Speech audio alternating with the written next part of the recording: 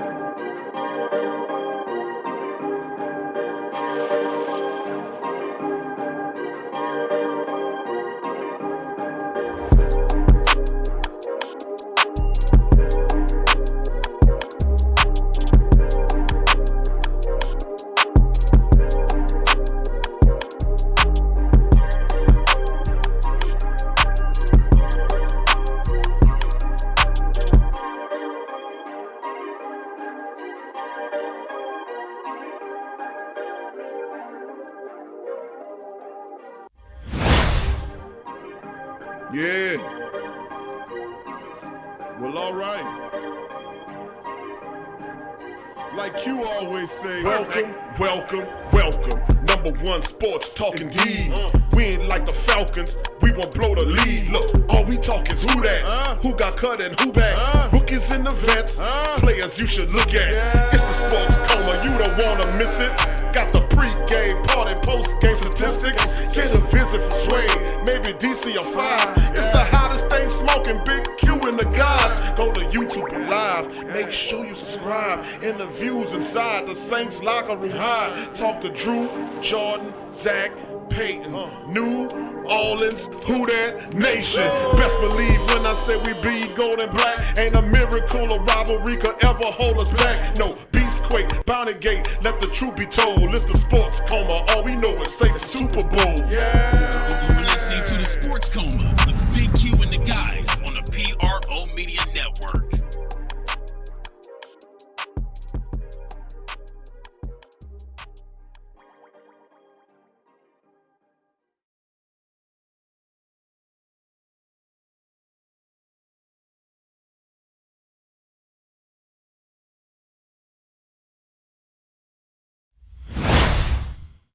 Though your teammate Michael Thomas dealing with that high ankle, he's day-to-day as of right now. How huge of a loss would it be for you guys if he can't go Monday Night Football? You have the Raiders.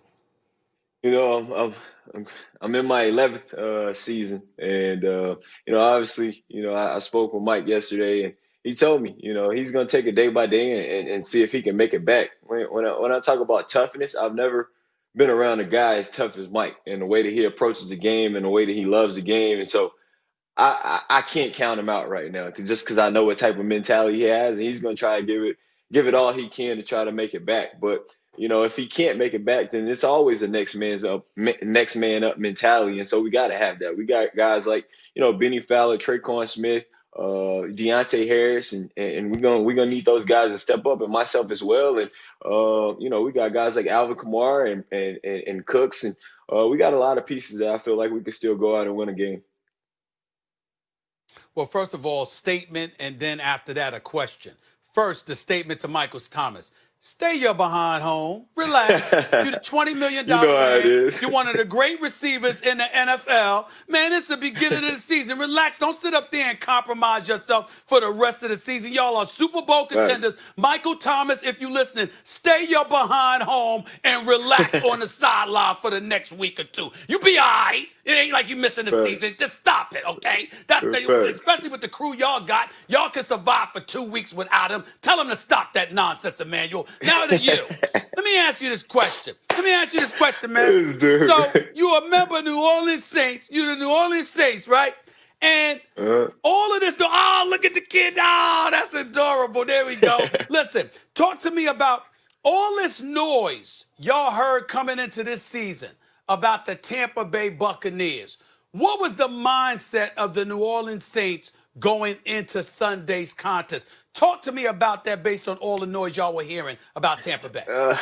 Truthfully, well, you know, the noise is really Tom Brady and Rob Gronkowski and the team that they built, and you know, now we got a different Buccaneers team, you know, in the NFC South, and so I mean, the noise was the noise, but at the end of the day, we didn't allow that to phase us. We wanted to go out and just start the season off 1-0 and try to go out and dominate them guys. It wasn't going out and trying to win. You know, what I was hearing around the locker room is let's go out and try to dominate and beat them, like they have been doing in the previous years. And so to be able to go out and do that and be 1-0, you know, it feels good. But at the end of the day, we got to see those guys again down the road. And I tell you what, it was weird at first, running out of that tunnel with no fans and you know, just the whole ambiance of the game. It was weird. So I'm looking forward to the next matchup as well versus those guys to see if they can improve as well, because I know they got a lot of pieces. They got a lot of pieces that they got to bring together, and they got to grow, and they got to gain that chemistry as well. So I'm looking forward to seeing them again down the road. Emmanuel, you're a Super Bowl champion, and last year you had a chance to be a Super Bowl champion again, and your quarterback just missed you and would have been the game-winning catch. And now this year, hey, you're on every a team time where I come think on you're here. like the missing. Yep. Every time I come on, y'all gonna bring up that throw. Look at Steven there. Get used to this. You're going to be signing autographs 20, 30 years from now hearing about that. This is your life now. But although that could be the next chapter could be with the Saints, where you are like the missing ingredient. They haven't had a legit number 2 receiver with Michael Thomas, really. Their best second receiver is probably Kamara recently. And now you might be that missing ingredient. You've been a part of a great tandem when you won the Super Bowl with the Broncos. What is your thoughts about your role on this team and what you bring to tip the scales for the Saints to actually get over the hump? Well, before signing with the Saints, I looked at the 3 previous years. I was actually at Mike Thomas' house, and we were just talking about playing for Drew. You know, the past 3 years what the Saints have dealt with in terms of, you know, the playoffs and you know, the bad officiating that went on, and just how they couldn't get over that top to win it all. And so for me, I've always said, you know, the moment I signed that deal, that I wanted to be the energy, the new energy that's brought in, and you know, I'm working on being that. I'm gonna continuously be that. But again, we got to get to that playoff moment, and then I feel like that's when you know, my energy can come about. But as of right now, during the regular season, I just want to be the guy that, you know, if teams want to double team Michael Thomas, I want when they're watching film, I want to say, we can't really double team this guy because we got number 17 on the right side of the field that's dominating his matchup as well. And so, you know, and I've always prided myself on being that guy when a play needs to be made. I want them to know that, yeah, they are double teaming Michael Thomas and they do have Alvin Kamara, but we can throw it to 17 as well, and he can get us out of ball games as well. And so that's my mentality and my approach, and you know, trying to win games. Emmanuel, I'm curious, just playing wide receiver, and you've been a part of some great teams. Obviously, we talked about winning a championship with guys like Big Ben and Peyton Manning. What makes Drew Brees different, though? Oh, man. You know, every single day when this guy comes to work, you know, I play with Peyton. And Peyton, he'll come around, and Peyton had his routine, but you know how Peyton walked around, you've rarely seen Peyton around a facility. Like, I think I've seen Peyton around a facility 15, 20 times. He's usually preparing off on his own. You see him on the practice field. He's detailed. You handle your business. Well, every morning I see Drew walk into work, and he has this fire in his eyes that I've never seen in a player. And just how he goes about work every single day with that determination, I've never seen it. And, you know, I was telling Mike about it. I was just like, man, like, the way that he prepares, like Saturday practices are so intense, like the way that he goes about his business. Like, and Mike says, you'll see him, like his arm would be twitching and his face would be so locked in. And when he talks to you, he's talking so intense. And, you know, I'll never forget, we were playing Tampa, and we're in the fourth quarter, and we're up by, I think, 17 with like 5 minutes left on the clock. And Drew walks up to me and he's like, hey, let's go put more points on the board. Let's go throw for more yards. And that's the kind of guy that he is. Like, he's intense, and it's a reason why this guy has thrown for more yards than any quarterback in the history of the game. And I see it now because I mean he's more competitive than anybody I've ever played with, and I can say that about Mike Thomas as well. It just the way that they go about their business, man, it makes everybody better around him. Emmanuel, I'd be remiss in neglecting to ask you this question. It is somewhat uncomfortable, but I think it's necessary in light of what you just brought up. Drew Brees made noise for a different reason in the offseason when he made his comments that forced Malcolm Jenkins to snap back at him. In the aftermath of George Floyd's killing, and in his comments about, never disrespecting the flag. I know Drew Brees a little bit got tremendous respect for him, nothing but love for him.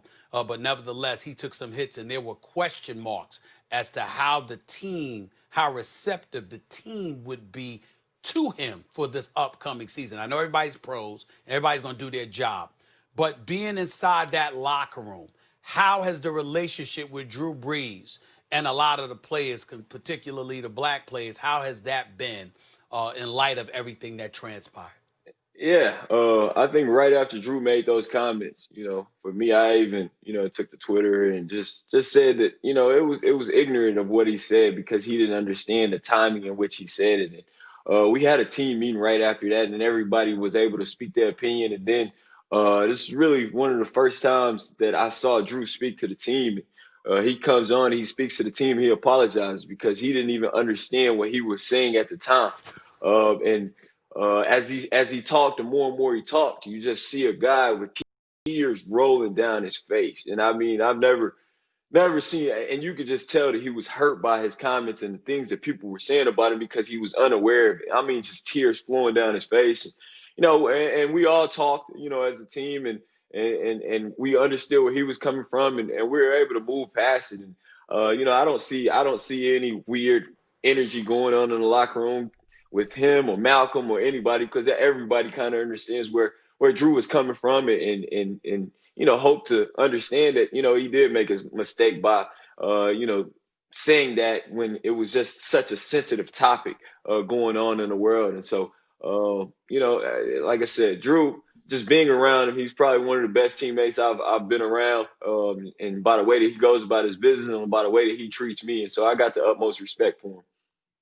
There it is. Emmanuel Sanders, man. Emmanuel Sanders chiming in on his thoughts. Who that to the beautiful Black Gold family members in the live stream. Who that to you indeed, as we open up the show with Emmanuel bringing us in. And I'd like to give a big shout out to all the beautiful Black and Gold family members in the live stream. Who that to you guys in the chat. Sanders brings us in with his ESPN interview that happened quite recently. And that goes to show you, a little inside baseball about, from a player's perspective about what happened in the locker room during that time. And might I add to that whole thing, man, Drew, the conversations that was said, when you listen to what Emmanuel Sanders was saying about Drew Brees in comparison to guys like Peyton Manning. That was pretty damn good, man, to be honest with you. That was pretty good. I got to give him credit for that. But, the reality at the end of the day is like you look at the professionalism of somebody like Drew and the fact that, we're not perfect. We got to keep pushing this thing. We have to improve every day. And I think that's a real positive thing, man, to say the least. But I like what Emmanuel Sanders said, man, about Mike Thomas as well. Real good information. Next man up mentality. He's been here for a short time, but has already acquiesced to that locker room, man. And like I said, I like what's going on in the mind of Emmanuel Sanders. Who that to the beautiful Black and Gold family members in the building? Who that to you? Welcome to TSC Wednesday Saints Talk. Next man up. That's the mentality. That's the mantra. We've been having that for several seasons now. Big ups to the beautiful Black and Gold family members chiming in the live stream. And like I always say, welcome, welcome, welcome. You're now rocking with the Sports Coma with Big Q and the guys, where we have intense, entertaining, educating, and enlightening sport talk from your favorite sports family. Of course, I'm Big Q, And I welcome all to the Great Saint Think Tank, also known as the Sports Coma, where the best of the black and gold nation reside, baby. Who that to you? Big ups to Tyra in the building. Who that to you, Tyra? Good to see you there, baby. Who that to you? Tori Shepard Sr. Good. Who that to my boy Tori in the building? Brother Jerry in the building. Who that to you, Jerry? Lewis. Who that to you, Lewis? Tro Blewett in the building. What up, Tro? JT. What you say there, JT? Who that to you, brother? Big ups to you as well. And the rest of the family. Benjamin Smith. Who that, Benjamin? Good to see you, brother. Who that to you, Jason King? Who that to you, Jason? Who that to you as well? Tramal. What up, Tramal? Good to see you in the chat. Brian Pearson. What's up, Brian? Charles Williams, who that to you, Brian, Charles as well. Who that to you? And who else? Okula. What up, Okula? Okula McGee in the building. James Van Corf in the building as well. Who that to you, bro? Good to see you in the chat. 985J in the building. What up, 985J? What's good, baby? Good to see you as well. Dirty South Voodoo Jag. Who that to you, family? Good to see you in the chat. The Video Game Boys, that's my sons. Chilling in. Much love to y'all as well. Troy Thompson. Who that to you? Big ups to the family members as well, chiming in live stream. Sport Talk 365, I see you, fam. Who that to you? Roy Barker, what up, Roy? Who that to you? I mean, Baker. Roy Baker, who that to you? Roy, big ups to your family. Much love to you. And the rest of the family members chiming in the stream. There's quite a few coming in. Jarrell, what up, Jarrell? Jarrell Bledsoe, who that checking in from Shreveport? S-Port in the building, that's right. That's what I'm talking about. Brother Donovan, who that to you? Donovan Grayson in the building. Darrell Freeman, who that to you? Kevin Howard, who that to you? RG, who that to you? Good to see you, RG. Who that, family? Good to see you in the chat as well. 985 says, bless Q. Good thing, bro. Good thing. Big ups. All right, Shantae old fine ass, 23. Who that to you, Shantae? All right, big ups to you. All right. Good to see the family members chiming in the live stream on this one. Please smack the like button, family, as we get going. We opened up with that interview from Emmanuel Sanders because I thought it was fitting to talk about that. When he was talking about Mike Thomas's competitive nature and wanting to play through the injury, of course, we know that that won't happen. They were talk of putting him on the IR. Nothing is definite at this time frame. DeWine, what up, DeWine? Good to see you in the chat, bro. L-Dog, what up, fam? Good to see you. All right, he says out that port too. All right, Shreveport well represented. Good to see you, family. Mississippi well represented as well. Daryl Dawson, what up, Daryl? Who that to you as well? Young City in the building. What up, Young City? Big ups to the rest of the family members. Hit the like button, family. Let's hit that like button. Over 50 people chiming in the chat. We'll have more chiming in. Please strike upon the like button. It helps out the live stream. Lee Wood, who that to you, Lee? Chiming in from the Philippines. Big up to the family members chiming in. So that's what I'm talking about, man. Emmanuel opened it up. He talked about the mentality of both Drew Brees and Mike Thomas, and more importantly, the locker room. And I thought I played it it was over 10 minutes. I played the majority of it because it was important. And I remember several months ago, a lot of family members had their doubt whether Drew Brees could make it over the comment that was made, and they believed that it would fractionalize the locker room and destroy the team. Guess what happened? It didn't happen. You know why? Because those guys are family. And just like you were getting arguments and spats with your family, it don't stop you from loving your family. You know, even though you might not share the same ideas as your loved ones, your blood family members, you still love them and you still respect them. Anyway, the positive ones. If you have a healthy and functional relationship with a lot of your family members, they will reciprocate those feelings as well. So I just wanted to share upon that. That was pretty an interesting moment because a lot of people say, Q, they done, it's over with. The team, it won't work. And look what happened. The team jailed. Well, that's what happened when you have a functioning situation. When you have a functional relationship, the dysfunction levels are non-existent or very low. Because usually when you're in a functioning situation, you tend to learn from those like Drew Brees. If you have a strong leadership like Drew Brees, his leadership ability, it's catchy because you'll see Drew come there early. He'll be in there doing this thing and he'll leave late. If you're a regular player and you see that happening, you will mimic what Drew's doing. And you see a lot of the personnel is mimicking Drew's come early, stay late approach. And the proof is in the pudding. It's paying off exponentially as he's on all the records. He don't have the Super Bowls, but he has everything else. And his competitive nature and being that he's not the biggest guy. Drew's like the dude next door. You know what I'm saying? He's a regular guy. He's not bulking out with muscles, but he overachieves. That is his thing. he overachieves. And that is not by mere accident. That's because he put the work in the field. He put the work on the field. He put the work in. And I think that's absolutely spot on. And that's why our team's so good. That's why our team, because if you look at it in a microcosm, you look at it, everybody's team has talent on it. Any of these 30 plus NFL teams have talent on these teams, very good people on these teams. But what stops them from winning is the fact that the locker room is not all together. Where's the leadership, and is it functional or not? The right mentality, the right perspective, and then guys got to buy in. The guys are buying into what the Saints are giving because they can see the benefit of it. So I just love that, man. I played that just to let the family members know and see what's going on out there. The rest of the family. Jarrell Bledsoe, big ups to your family as well. So as we get into this with family on TSC Wednesday Saints Talk, we're gonna go into several issues. I'm gonna share my screen with the family members, and we're gonna go through some news notes tonight. As we're gonna talk about how the Saints and the Bucs set a 4-year ratings high. We had it broke a record in views. We're gonna check. We're gonna talk about that. We're also going. I'm gonna let you know who your referee is gonna be in the upcoming Raider matchup. You know I have to drop that on you. You know what I'm saying? I sounded the alarm several days ago, but I'm just letting you know who your referee is gonna be. Also, big ups to Thomas Morstead. He had a special honor this week. 6 punts, 5 inside the 20, pinning those guys back. A special day. We're gonna talk about Tommy Morstead. Also gonna talk about the impact that Jenkins is what he's looking like on the all-time NFL interception return list. That's something to talk about as well. We're going to mention that. Also, we're going to talk about perhaps Davenport will be ready for the Las Vegas game. Well, we're going to go over an article covering that as well. And then, of course, we're going to talk about some Hall of Fame, the class of 2021 for our local New Orleans Saints Hall of Fame.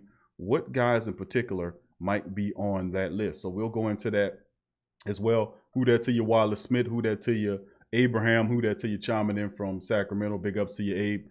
Big ups to you as Yearn. So smack upon the like button, family. Let's get that thing up as high as we can in this edition of Sports Coma as we get ready to roll. So without further ado, and also just to let the family members know as well, is that I am also going to play a few interviews. A few interviews and a few reports. We played the report from Emmanuel Sanders today. I'm going to spin another report as well, just to stay on the neck of these media people. Won't take that long. We'll spin that right after I get through these news notes and items. Then I will turn and open the phone lines up for, let's see, after I get done with that, it should be maybe the next hour. And then after that, I'll open up the phone lines. So probably not even that long, probably 30, 40 minutes. And then after I do that, I'll open up the phone lines for the rest of the show, as we'll be going up until about 8:45 today. Or right before 8:45. I can't hang out with y'all guys tonight. I got another show. Ring Kings Boxing is up tonight, so we got to do that as well. So that's right, Brian. Ring Kings Boxing is up tonight. That's right, family. Thank you for that. So yeah, that we got that going on tonight as well. And Eddie Too Mean Johnson will chime in. We got a bunch of boxing news, the notes stuff. So if you're interested in boxing, go to the description section below and join us for Ring Kings Boxing if you're a fight fan. So without further ado, let's get into it. Allow me to share my screen with the family members, and we'll go down each article here. Several reports anyway. All right, we're going to start off with the Saints Bucs set 4-year ratings high on Fox, and we'll go into that. And it like I said, Saints are must-see TV, man. Despite the fact a lot of people hate on the Saints, we still must-see TV. Lionel, who that to you, Lionel? Lionel Lewis in the building. Good to see you, family. Lionel's in the building. Tyrone Jones, who that to you as well, family. Good to see y'all. Please hit the like button. Saints Bucs set 4-year ratings high on Fox. Let's take a look at the article here. This was brought by Jack Nowak from the NOLA.com. The fans weren't allowed to watch the Saints Bucs in person, but it didn't stop the opening game from hitting the highest ratings mark for a Fox afternoon broadcast in 4 seasons. We could tell you to break records, it don't make no difference. The Saints are that real. But how did they stack up? In New Orleans itself, the broadcast pulled in 45.6 household rating and a 62.6 share, peaking at 49.5 HH ratings with 280,000 homes tuning in. New Orleans is the 5th largest metered market tracked for broadcast ratings, with more than 600,000 metered homes. The game featured Tom Brady in his first game with Tampa, and was expected to be the highest rated national telecast of any kind since the Super Bowl in February. The overnight ratings was 16.2, 35, roughly 28.5 million viewers. It marked the second consecutive Saints game that made rating waves. The Saints wildcard matchup against the Vikings, also on Fox, drew a 17.4 rating, and more than 29 million people viewed it all. Playoff broadcast that weekend. New Orleans has long been among the most ravenous local TV fan bases, such as the 2018 when it clocked in at the number 2 market for the first round of the NFL draft, despite the Saints not owning the pick in the round. The city notably boycotted the Super Bowl 2 years ago after a no call in the championship game, successfully tanking its ratings for the game, also featuring Brady, to a 26.2 local rating. That number rebounded to 57.4 for the 2019 title game. And as you can see, those are some of the statistics that's lined up as we continue to bust it open, man, the ratings, because we are must-see TV. So that's a big thing as the Saints-Bucs 4-year rating on Fox afternoon broadcast. Next story. Who's your referee going to be for the Raiders? How about this guy? He looks like Hockley, but he is not Hockley. He's Hockley's son. Remember Ed Hockley? That's who you'll have for your head referee. His son, Sean Hockley, is assigned to work the Week 2 Saints-Raiders game. I thought I'd throw this in here. One of the NFL's fresher-faced referees will be on hand when the Saints and Raiders tip off. The league assigned Sean Hockley and his crew to next Monday night's football game, where all spotlights will be trained on Allegiant Stadium in Vegas. Hockley, the son of longtime referee and long-winded speaker Ed Hockley, who retired in 2018, was promoted to the post after working as a side judge and back judge from 2014 to 2017. In Week 1, Hockley's crew threw a dozen penalty flags, with 6 each on the Seattle Seahawks, drawing 46 penalties, and the Atlanta Falcons drawing 72 yards, 46 penalty yards, and Atlanta drawing 72 yards. In a 38-25 Seattle win on the road. He's also worked 3 Saints games in his career, but 2 of those matchups were in 2015 when he was a back judge. Hockley did take the stage as a referee last year's Monday Night Football game with the Colts at Mercedes-Benz Superdome, which the Saints won handily 34-7. Those are the kind of games I love because they keep the referees out of it. The Saints and the Colts drew similar penalty numbers in that matchup, with the Saints netting 6 flags for 52 yards, while the Colts had 7 fouls for 49. So far, Hockley and his crew has done a great job calling games evenly. We'll see if that keeps up against the spotlight on September the 21st. So as you can see right here, Sean Hockley is going to be your guy for Saints Raiders. Just thought you needed to know that. We'll see. Like I said, this is one of those games you got to keep an eye on the referees, just keeping it real. All right, next matchup. Next story to talk about is the fact that New Orleans Saints punter Thomas Morstead was named NFC Special Teams Player of the Week.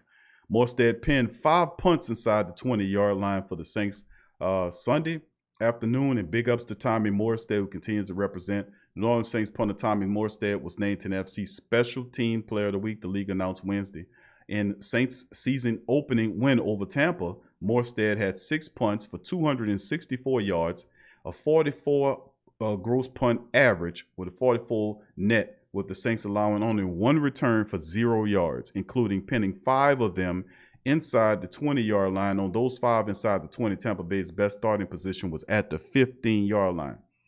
And you want to talk to me about how the Saints were absolutely tearing butt, knocking Brady around and sacking him and swinging at him every time he tried to pass the ball, and Morstead pinning them all the way back. They had deep drives. That's why I kept saying, man, it was an absolute beautiful thing. And Tommy Morstead, 6'4", 235, in his 12th season, continues to show up. Tommy Morstead's the first ballot Hall of Fame punter, in my opinion, man. He deserves it. Tommy Morstead, punter, was named to the NFC Special Teams Player of the Week. That's big ups to Tommy Morstead. Next on the list, all right, we got Jenkins. Janoris Jenkins is here. And this is coming from SSI, our good friends over at Sports Saints News Network, Brother Rose and Kyle Mosley and the rest of the family members over there at Sports Illustrated. Jenkins are 2 former Saints all-time NFL interception return leaders. So let's get into the article written by Brother Kyle T. Mosley.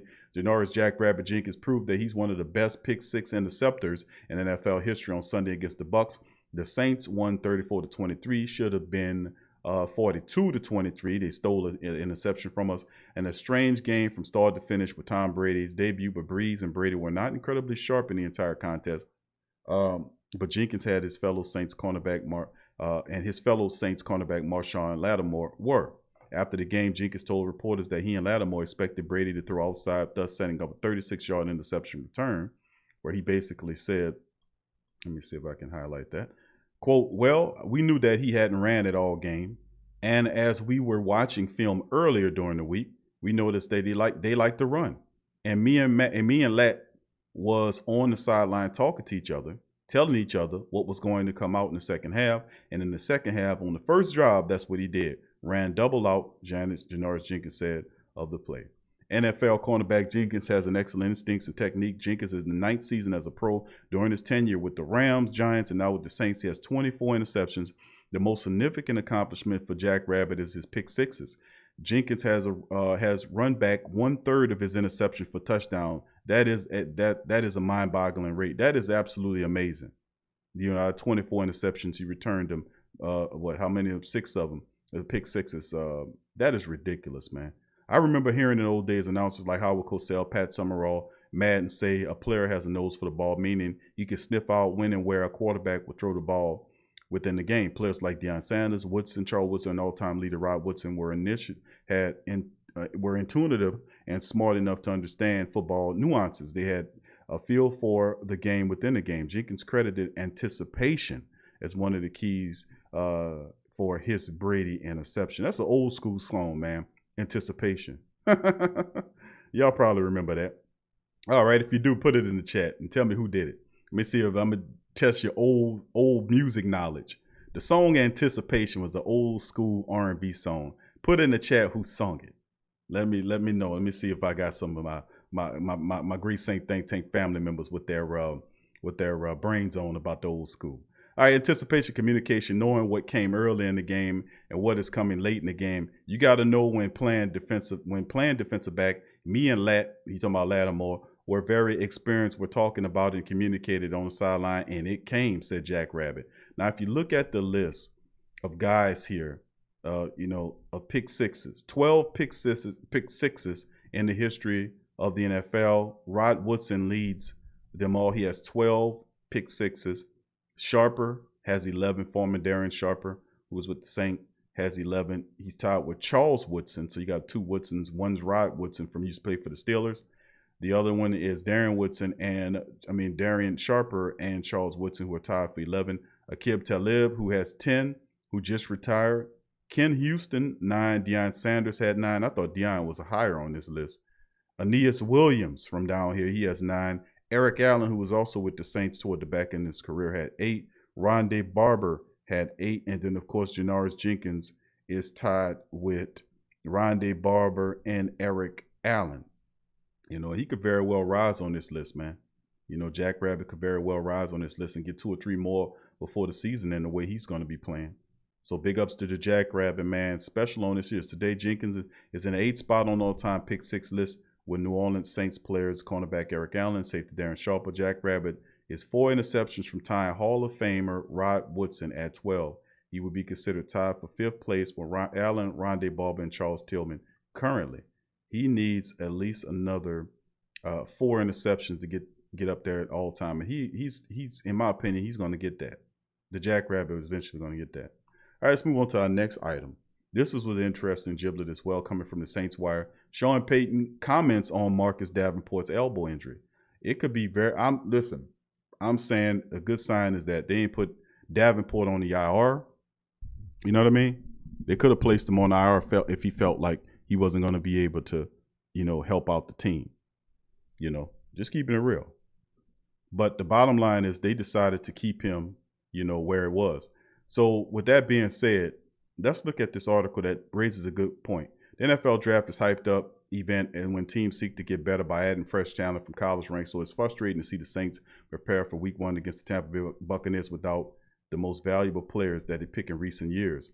In Monday's appearance on WWL Radio, Sean Payton preached patience with one of those players. 3rd-year defensive end Marcus Davenport ruled out with an elbow injury suffered late in training camp. This is what Payton said on WWL.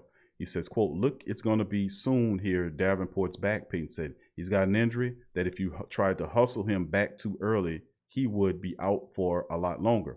We're going to be making the right decisions regarding his health." If there's a silver lining for the Saints fan base, that Davenport didn't start the season on injury reserve. NFL teams are allowed to sideline players on the IR for 3 weeks at a time this year. So if it were a long-term problem for Davenport, then it would have been designated to the reserve list. It might suggest the Saints expect to have him back in a week or so, which is supported by Peyton's comments. We'll learn more when the Saints publish their first injury report on Thursday. Fortunately, the Saints backups did a great job for filling in for Davenport across the starting end. Cam Jordan saw his usual majority of snaps, 60 of them. That's an 85.7% of the defense's total. With Trey Hendrickson had 39 snaps. Carl Granderson had 23 rotating with him. Versatile practice squad call up Margus Hunt had 21 and also got some looks at the edge. Both Hendrickson and Granderson got on to the stat sheets with sacks, and Hendrickson was credited with a pair of other quarterback hits. It was enough to raise the hackles of Bucs coach Bruce Arians. After reviewing the game tape Monday, he roasted Donovan Smith, who was charged with blocking Hendrickson and Granderson combo in Davenport's absence. This is what he was saying. "I was very disappointed in the player," and said, "I think every now and then he reverts back to some techniques that are not very good. He got beat. He had probably the easiest guy to block up there, and he did a poor job. It's one of his poorest games, and I expect him to bounce back this week." The Saints will visit, he said, Saints will visit Tampa Bay for a rematch on November the 8th under the bright lights on Sunday Night Football. And Smith probably will be drawing a matchup with Davenport, who beat him for a pair of sacks in their meeting last year. The Saints pass rush got off to a great start against the Buccaneers, and looks like they're set up to keep the momentum going, no doubt about it. There's no need to rush Davenport back right now. What was really interesting about the situation is the fact that, you can study film and you can look at film. And you don't have to be a professional. You just got to know basic stuff about football. If you studied the offensive line, everything starts with the offensive line. Well, now with the line of scrimmage. Let me say it like that. The line of scrimmage is where it all takes place. You cannot build anything positive if you're the offense or defense unless you control the line of scrimmage. You heard what Emmanuel Sanders say as we came in with the broadcast today, saying that all he was hearing in the locker room, let's dominate. Let's dominate. Let's dominate. And the Saints did that well. On special teams, they dominated. And definitely on defense, they dominated. The defensive line fired off many times, just 4 guys, getting pressure on the 5 guys. Smith was beaten, so was Tristan Wilf, the rookie. They were beat bad, and including the interior offensive lineman for the Tampa Bay Buccaneers, where the Saints removed them 3 to 4 yards off the original line of scrimmage. The Saints consistently created a new line of scrimmage, which was repeatedly 2-3 yards, or 2-3 feet from where Tom Brady was. That's why he couldn't step into the pocket. And every time he threw the ball, the majority of the time, Cam was around there swiping at his hand. So when that kind of stuff goes on, you're not going to have a good game. If the line is in your face every down. They couldn't run the ball, and that's what happened. The Saints dominated the line of scrimmage, threw their offense into a tizzy, and that's what happened. But, another thing, I'm going to get to it right after I finish covering the rest of these stories, because I want to make mention of a few things before we move forward. Just documented for the log of the show to go back to it. But it's being said a lot, in defense of Brady, and the rest of the national media continues to defend him. How it just makes me want to throw up how they're doing it. But one of the things is saying Tom Brady struggled, so did Drew Brees. Drew Brees had 2 touchdowns in the game. He didn't throw any interceptions. And also, let me make this: Drew Brees don't have to throw 160 yard effort in a game 1 when you coming out and you have to establish yourself. That's normal. That's pretty normal. Eventually, you'll get the 250 to 280 to 300 and even the 400 passing yard games out of Drew Brees. 160 does not bother me at all, long as it doesn't come with interceptions. He had 160 and 2 touchdowns. And his completion versus attempt ratio wasn't bad either. So, but it's always a narrative. Drew struggled. Tom Brady struggled. So did Drew struggle. It's just, we struggle. How did we struggle, but we still kick your ass? We wasn't what you was accustomed to. You were accustomed to seeing us, which is people flying all around, scoring 30-something, 28, 30-something points a game. We wasn't that, but we still beat you by double figures with what we had. So, I'm going to come back to that sooner or later. Let's finish this up. 3 New Orleans Saints legends nominated for Pro Football Hall of Fame class of 2021. Sam Mills, Pat Swilling, Leroy Glover are eligible for 2020. This is coming from NewOrleansSaints.com. And of course, the Pro Bowl Hall of Fame announced Wednesday that New Orleans Saints legend Sam Mills, rest in peace, Pat Swilling, and Leroy Glover are nominees for the Hall of Fame class of 2021. Former Saints linebacker Sam Mills spent 9 seasons in New Orleans from 1986 to 94 and was a member of the vaunted Dome Patrol linebacker corps. Mills was inducted into the Saints Hall of Fame in 1998. He lived in 2000. He died in 2005 due to intestinal cancer. Mills was named one of 5 finalists for the Pro Football Hall of Fame class of 2020. Swilling, also a member of the Dome Patrol and Saints Hall of Fame 2000, tailed 17 sacks from the linebacker position and was named NFL Defensive Player of the Year in 91, a 3rd-round pick out of Georgia Tech. Swilling played in New Orleans from 86 to 92, earning 4 Pro Bowl honors over that span. And in 2000, defensive tackle Leroy Glover led the NFL with 17 sacks, a rare feat and second most ever by a defensive tackle, and was named NFL Defensive Player of the Year. He also became a unanimous first-team All-Pro selection, earned a Pro Bowl berth, and he helped lead the Saints to a divisional championship and the first playoff win. The team elected Glover to the Saints Hall of Fame of the class of 2013. The roster of nominees for the Pro Football Hall of Fame consists of 65 offensive players, 49 defensive players, and 16 special teams players.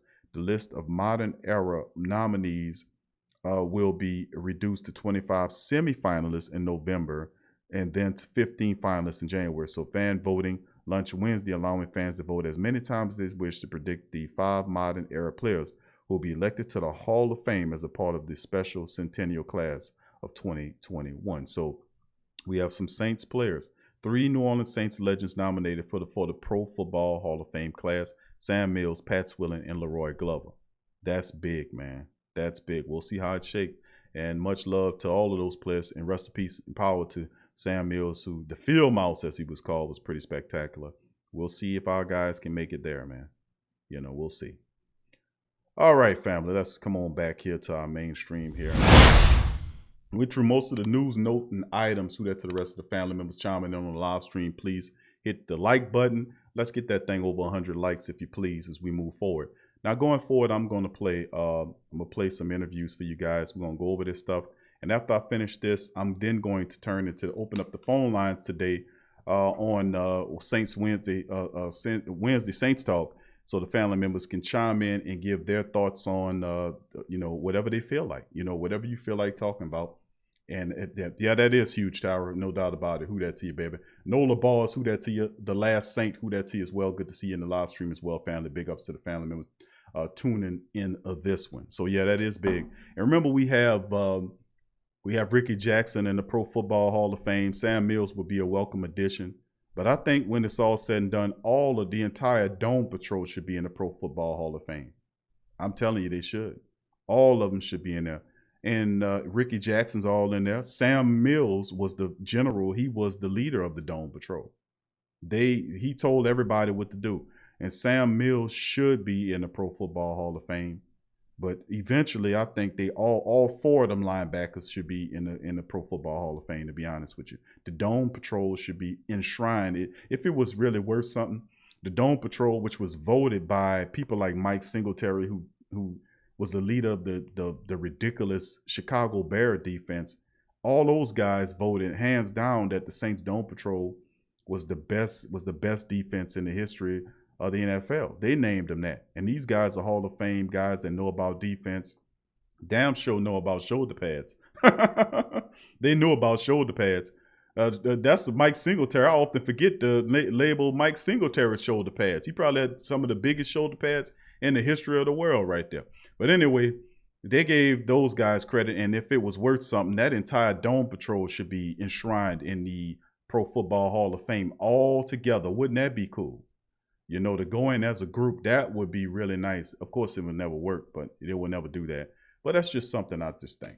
But anyway, we'll move forward, family, into the next leg. I'm gonna give a shout out to the family members before we go into these few interviews that I won't play for the family members. I want y'all to chime in on these interviews as well and let me know what you think about them as we'll play them. And I just want to, and these will probably be the last of as Wednesday I'll start closing the door. This is closing the door on what happened this past week, and then we'll proceed to go into the next week. But most of these things I'm logging and recording on the show's archives, so that when stuff happens and they start denying stuff, I can always go back and then come back and play these episodes just to remind people, because, you know, these reporters tend to lie. They will lie about, well, I never said that, and then you go look for it, then I pulled it down. So, I mean, but you can't pull that down. I got you. All right, but big ups to the family members chiming in. L-Dog, who that to you? Good to see you in the chat as well. Big ups to you. Once again, big ups. Daryl Dawson, what up, Daryl? Good to see you. Who that to your family? Big ups to you, and thank you for joining us in the chat. Let's see who else we got here. Chiming in here. All right. Tyrone Jones. Jonathan Johnson. Who that to you, Jonathan? Say, who that, Big Q? He says, crazy how the media hyping that lost Tom Brady look to the Saints. He said, lost that Tom Brady took to the Saints. We have to play them once again. Let's see if things change down the line. It'll be the same result. We're going to beat them. They'll look a lot better than what they look, but we're going to beat them again. I mean, listen. There is no scenario that is occurring where people believe that Tom Brady could possibly fail this year. There is a scenario that he could fail. And I've been looking at it and saying, wow, there's a lot on top of him, and the national media is obviously on his bandwagon. You assembled all those pieces. You got all these people coming down there, and some kind of way it might not work. And I'm saying you have to, not only do you have to get Tampa Bay to win, which Tampa Bay hasn't won in a while, in a tough NFC and a tough NFC South, but you also have to get them to the playoffs, and the Saints are better than you. The Saints are better than you. You might have names that people recognize, but the Saints are a better team than the Tampa Bay Buccaneers. Let's get that understood. No disrespect to my Tampa Bay people, but you know I'm telling the truth. The Saints are a better team. And then you say, well, Q, it'll take time. You think it'll take 8 or 9 weeks for them to get good enough to take on the Saints? Seriously? The best opportunity you had to beat the Saints, you blew it in week 1. The best opportunity. The offense wasn't totally there. You could have stepped up and done something, but you couldn't get out of your own way thanks to our defense and our special teams that nobody but one young lady talked about, and I'm going to play her and them for you momentarily with, of course, my commentary around it. And then after I get done with those 2 interviews, we're going to move into and open up the phones for the family members to chime in. So Roy Baker says Falcons' new uniforms look like trash.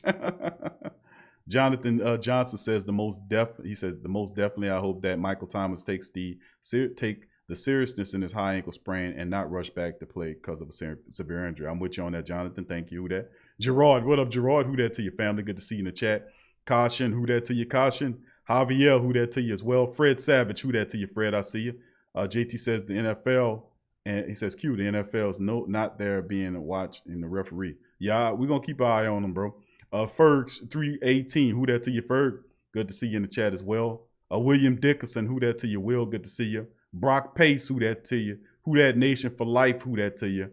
Rob Oliver, there you go, Rob. There you go, Rob. Who that to you, Rob? Rob got it, man. He said the Barcades. That's right. You must be old school, huh, Rob? Yep. There you go.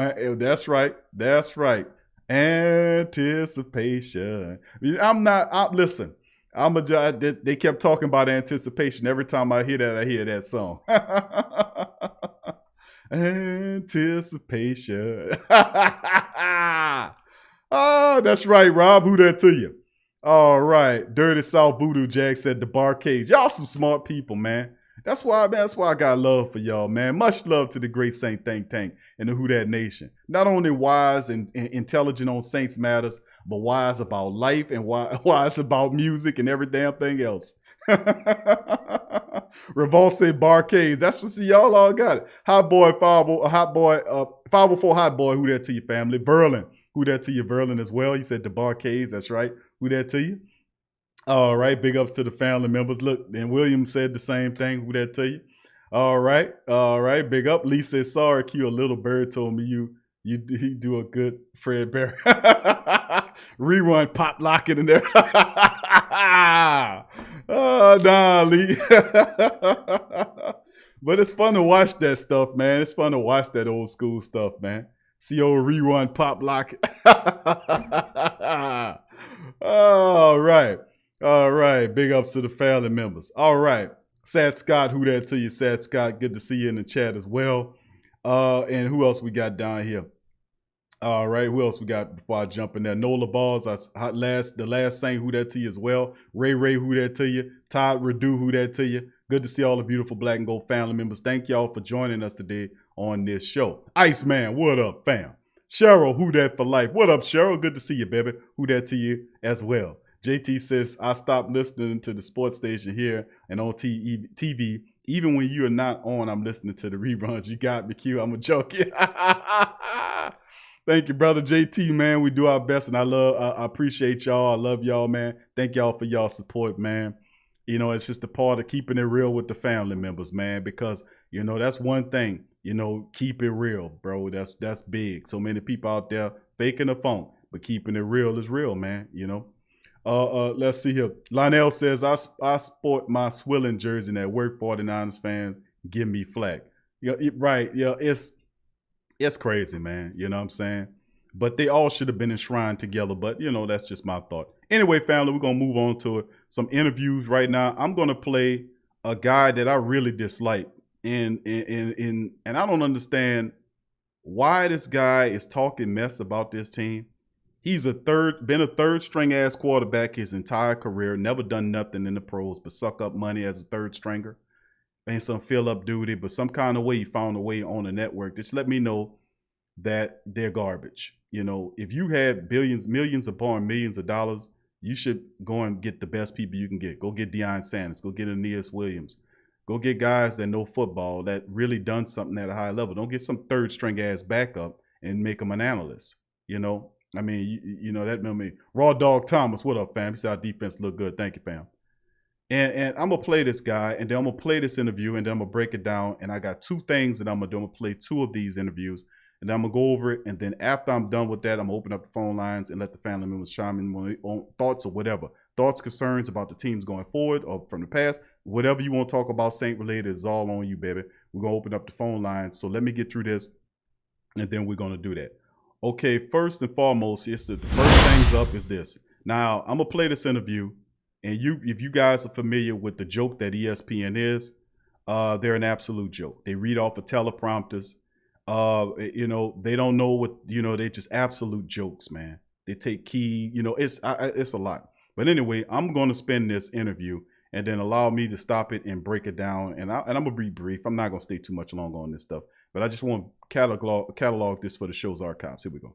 Really well downfield with the play action pass and leads to their one touchdown. Second of all, you got to do some stuff for Mike Evans. I know Lattimore. Well aware it was just one game for Tom Brady, and it was against a Saints team that some of us here have going to the Super Bowl. But to be fair, Arians used to say all the time last year with Jameis Winston, the Bucs need to stop beating the Bucs. It felt like yesterday wasn't all that different. So, Marcus, are you concerned about play action pass? Yesterday he goes under center. He's 6 for 6, throwing the ball really well downfield with the play action pass and leads to their one touchdown.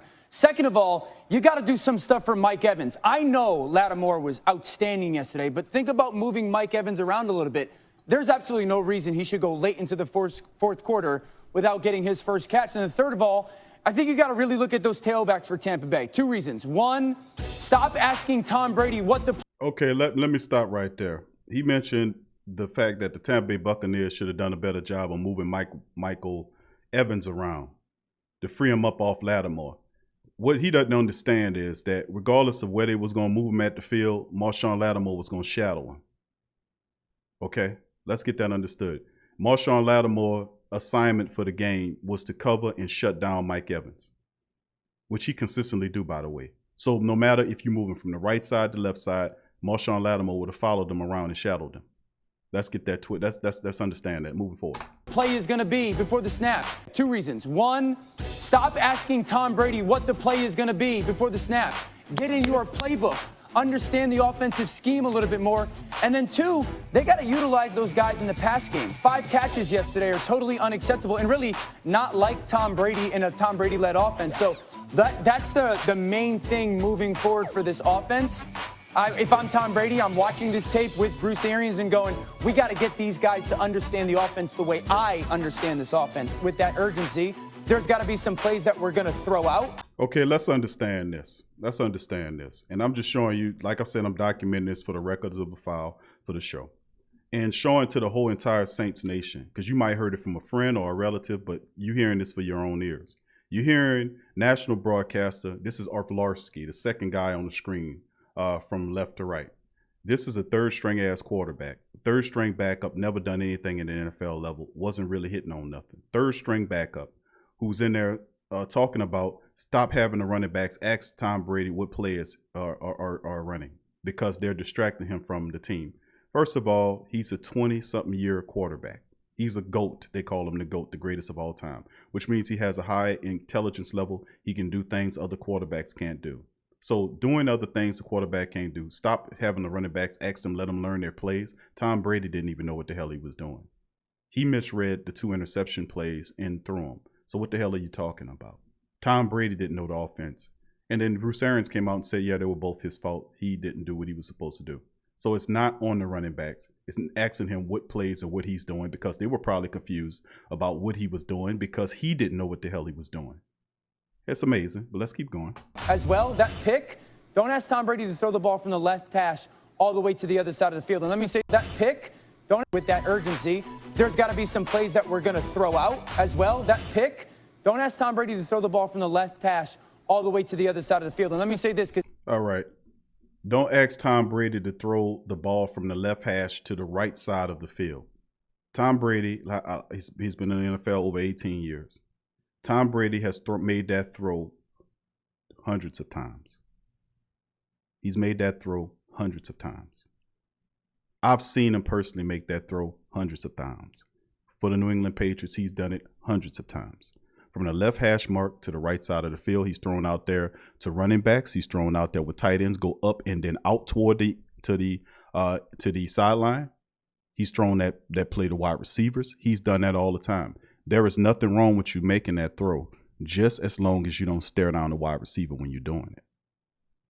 But he doesn't make mention of that. Let's keep it going. Because everyone has said they just got to clean some things up. I've been around a lot of people's houses that are dirty. Just because it's dirty doesn't mean it gets cleaned. So they got to clean it up and clean it up quick. Okay, first of all, what the hell, I've been around a lot of people's houses that dirty. Birds of a feather flock together, fam. I don't go to people's houses that's dirty. If you go, first of all, I don't even want to touch that, but that's just the comical garbage bull crap analysis, craptastic ass analysis from these third string ass quarterback who has absolutely no idea what he's talking about.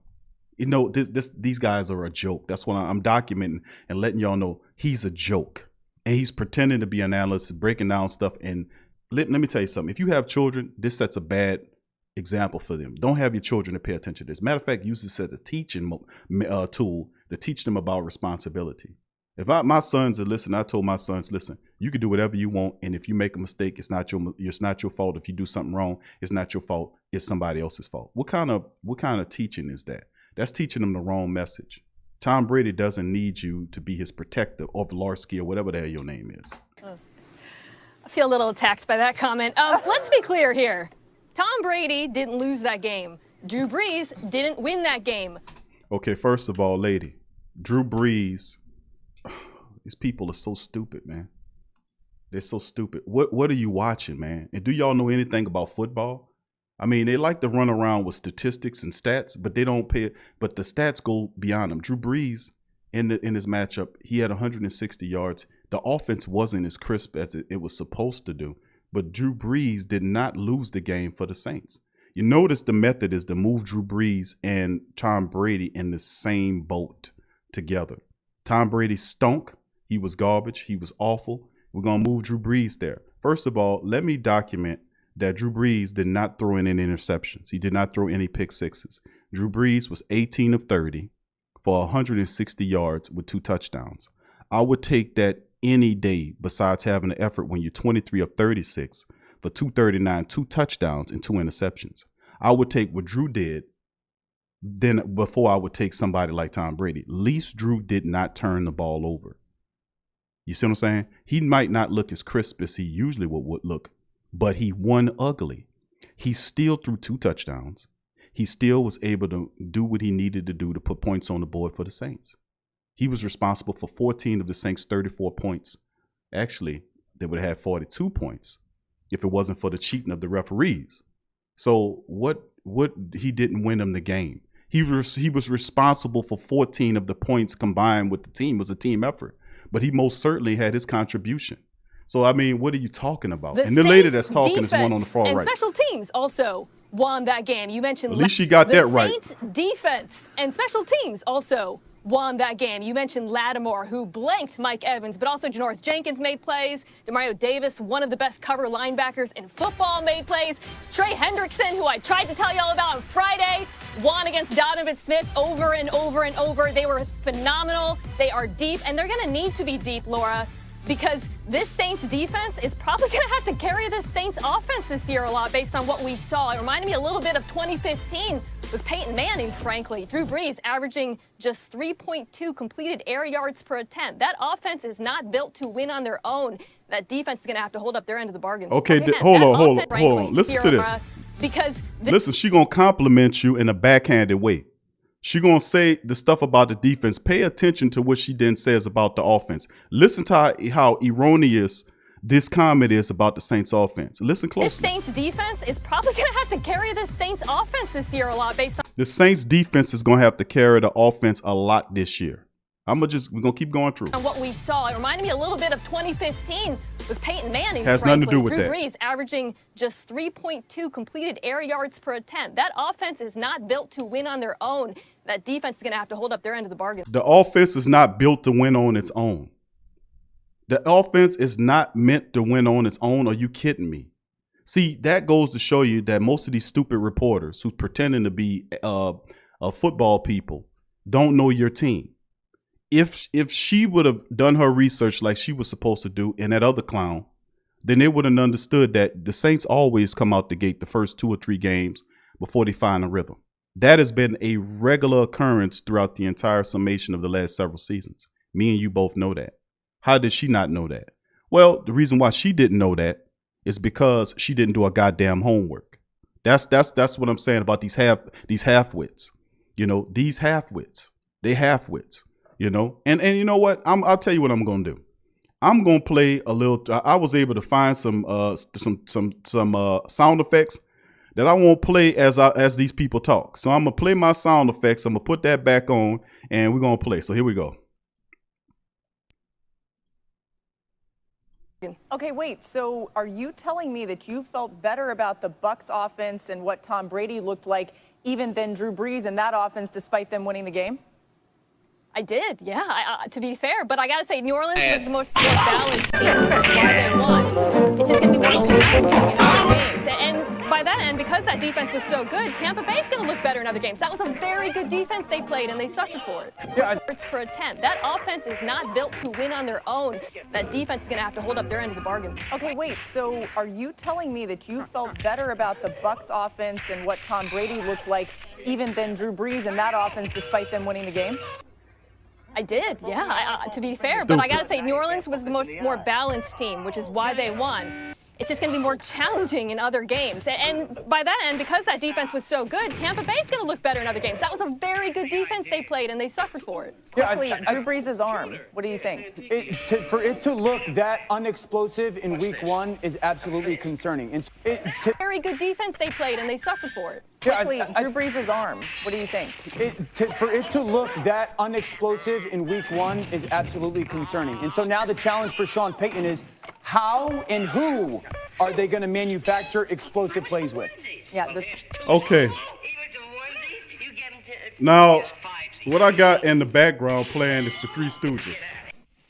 And that's fitting for what these clowns are. Then he smacks him on the head like that. That's what these are. These are Three Stooges. It's Three Stooges. That's all this is. But it's Three Stooges. I mean, how y'all that stupid on national television about people's team? And all you have to do is do research. And quickly, the lady to the left who has absolutely don't know anything about football, she's clearly reading off a teleprompter. She turns around and quickly before the lady finishes and points to Orfalowski and says, Drew Brees' arm. And then Orfalowski goes into a trance and spews out, oh, I was concerned about his arm. He's a lack of pop in the lap. Were anybody out there concerned about Drew Brees' arm? Did anybody see in that game that he could not deliver the ball? Did anybody have a real concern about Drew Brees' arm in that game? Seriously. He was delivering the ball. It got on Cook fast. He threw the deep pass to Cook. He was making the throws. There was no visual proof of decline in Drew Brees' arm. But do you see these people pushing the narrative? Do you see them pushing the narrative? That Drew's arm, that came out of no. She just turned and says Drew Brees' arm. I mean, these people it's just sad, man. This woman talking about the Saints offense is not designed to win. The defense is going to help them. Woman, do you know who the hell the Saints offense is? The Saints offense, stupid, of top 5 offense for the top 10 for the last decade. The Saints offense has been a top 10 offense consistently. What the hell are you talking about? They're not built to win by themselves. They've carried the Saints team for years until the defense finally caught up, before the special teams finally caught up. Just notice I got the Three Stooges playing in the back, because that's what this is. You can't take none of this serious. Let's move to the next one, man. Well, here's Tuesday. He was a onesies. You get him to... Physically, does he still have it? But when you look at it, there's too high safety. Mike Evans is in a slot. Mike Evans is taught to get to 12 yards when you see this and you have a seam route and take the middle of the field. He's 6'5", 220 pounds. Tom Brady is expecting Mike Evans to run through the middle of the field. Mike Evans got to 12 yards and he stopped. He put Tom Brady in a bad spot. The second thing I looked at was this offensive line. We talked about the rookie right tackle, but the left tackle was bad. He was more than bad. He was really, really bad. The right tackle, he looked like a rookie at times. And then the last thing that jumped out was the defense. The defense has to help out this offense and Tom Brady if they want to win ball games, which is an easy fix because Coach Todd Bowles, defensive coordinator, did a phenomenal job of calling this game. What he did was genius. He mixed it up on the back end. He sent pressure at times. He held back at times. But what did they do wrong and what do they have to fix and fix fast is the explosive plays. Plays past 15 yards. This for you, if Brandon they can Marshall. do that, this defense can be Brandon. a really, really special defense. So I think that Tom Brady's going to be fine. I think the Bucs are going to be fine. But when you look at those three things, they have to fix it. The biggest glaring issue, Nick, it really is that offensive line. Oh, okay. I thought the quarterback stunk. I mean, I can't believe it. Brandon, you have been so great. And I'm so glad this first month has gone as well as it has. You've been fantastic. I know we'll talk hoops later. You might have called the Nuggets-Clippers series.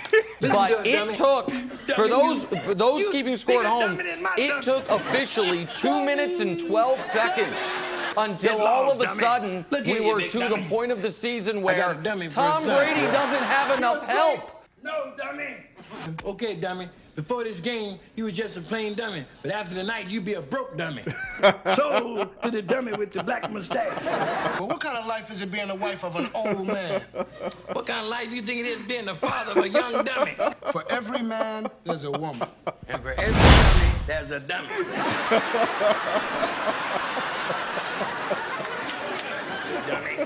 See, it's Sanford and Son now. But when I'm gone, the business will all be his alone. Oh, man. It'll be Dummy Incorporated. Oh, man. You are a big dummy.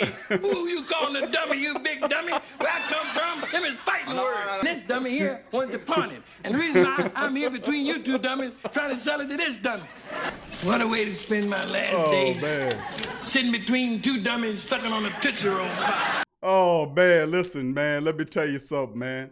I done played Three Stooges and Sanford and Son.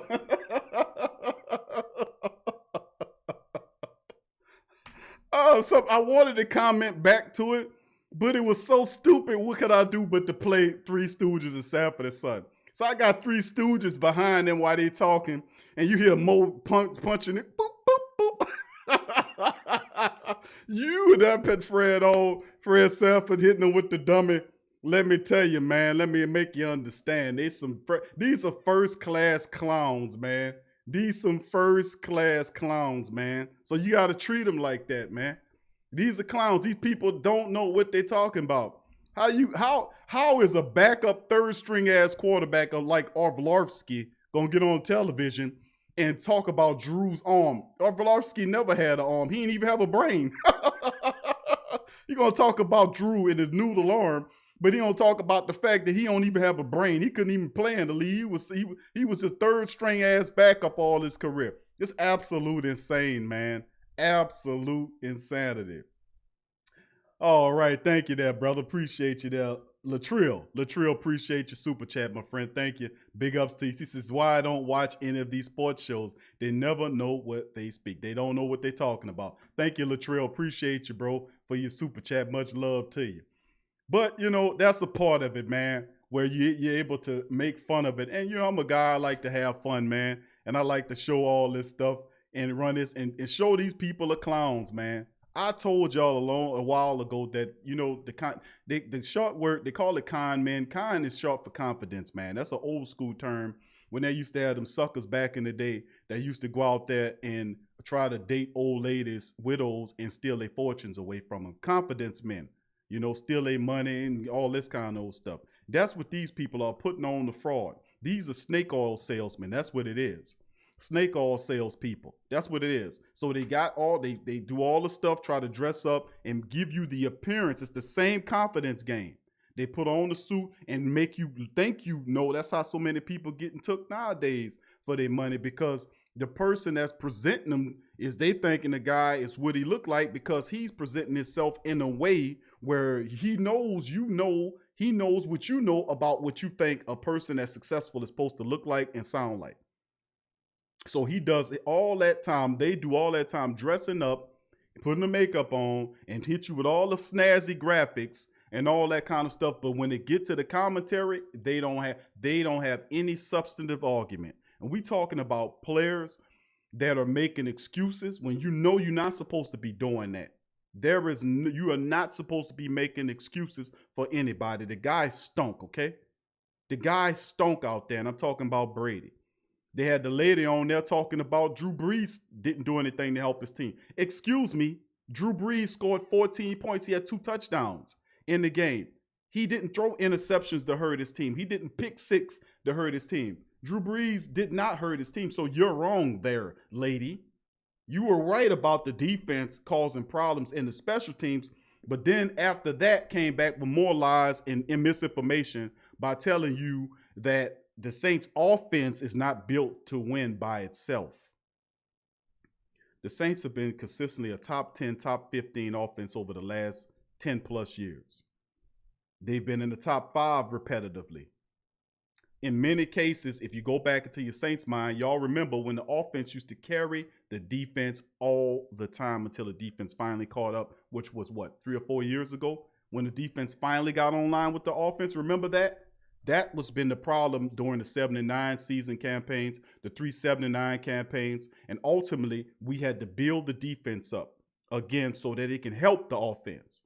So the offense, the Saints offense, the same offense that has Mike Thomas, the same offense that has Elvin Kamara, the same offense that has Emmanuel Sanders, the same offense that has Taysom Hill, the same offense that have Teron Armstead, Ryan Ramczyk, McCoy, Pete, who's good. 57.5 mil, Latavius Murray, Ty Montgomery, Deontay Harris, Marquez Callaway, and all this is some would consider the Saints' best offense ever in the history of the team, but they're not built to win by themselves, according to this lady out here who don't know A from Adam. They got a lot of beautiful ladies out there that know sports, let me tell you, but she ain't one of them. Let me tell you something. And then the commentator, the lady who running the show, hurry ups and points to Orlovsky and take Drew's noodle arm. What about Drew's arm? Oh yeah, Drew's noodle arm. I was really concerned in the game because I watched the entire game several times and I didn't see one occurrence in the game where Drew's arm showed like he couldn't push the ball down the field. Didn't see not one occurrence. But see, they can make up they can protect and make excuses for Tom Brady, but then point at you and say Drew Brees didn't help the Saints win, even though that's a lie. He was responsible for 14 points and no turnovers. Even though the Saints offense still wasn't as what it was, and we know that because every week one, every year over the last 10 years, the Saints offense come out the gate slow.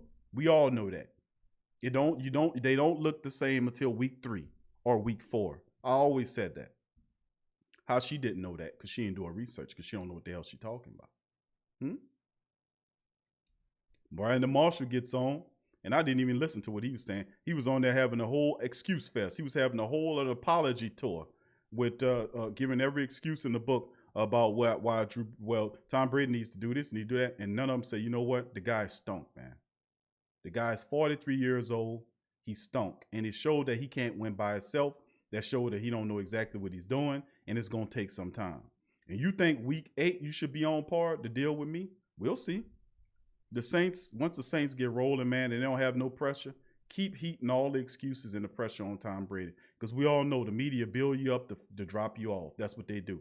They build you up to destroy you. That's what them dogs do. That's how rotten and satanic and dirty and stinking that they are. Phineas Williams, good to see you in the chat, Phineas. Who that to you? Thank you for joining the Great Saint Think Tank family. But I played the Three Stooges family, and I played that, and I did that because it was funny. I ain't gonna tell you no lie, it was funny as hell. And I tell you what, I'm gonna play it again because this is for Orlovsky, a 3rd round ass backup. Hey Orlovsky, this is for you, and this is for you. For Orlovsky and whoever that woman is, I don't know whoever the hell she was. I've never seen her before. And she obviously not very good at what she do because they don't show her very often. But she stinks, he stinks, and Brandon Marshall stinks. And for all those, I played this, and this is dedicated to all y'all Drew Brees haters. Dummy. You big dummy. You big dummy. You big dummy. You big cold-blooded dummy. You big dummy. See what you did? Oh, no, you big dummy. Oh, no, you big dummy. You dummy.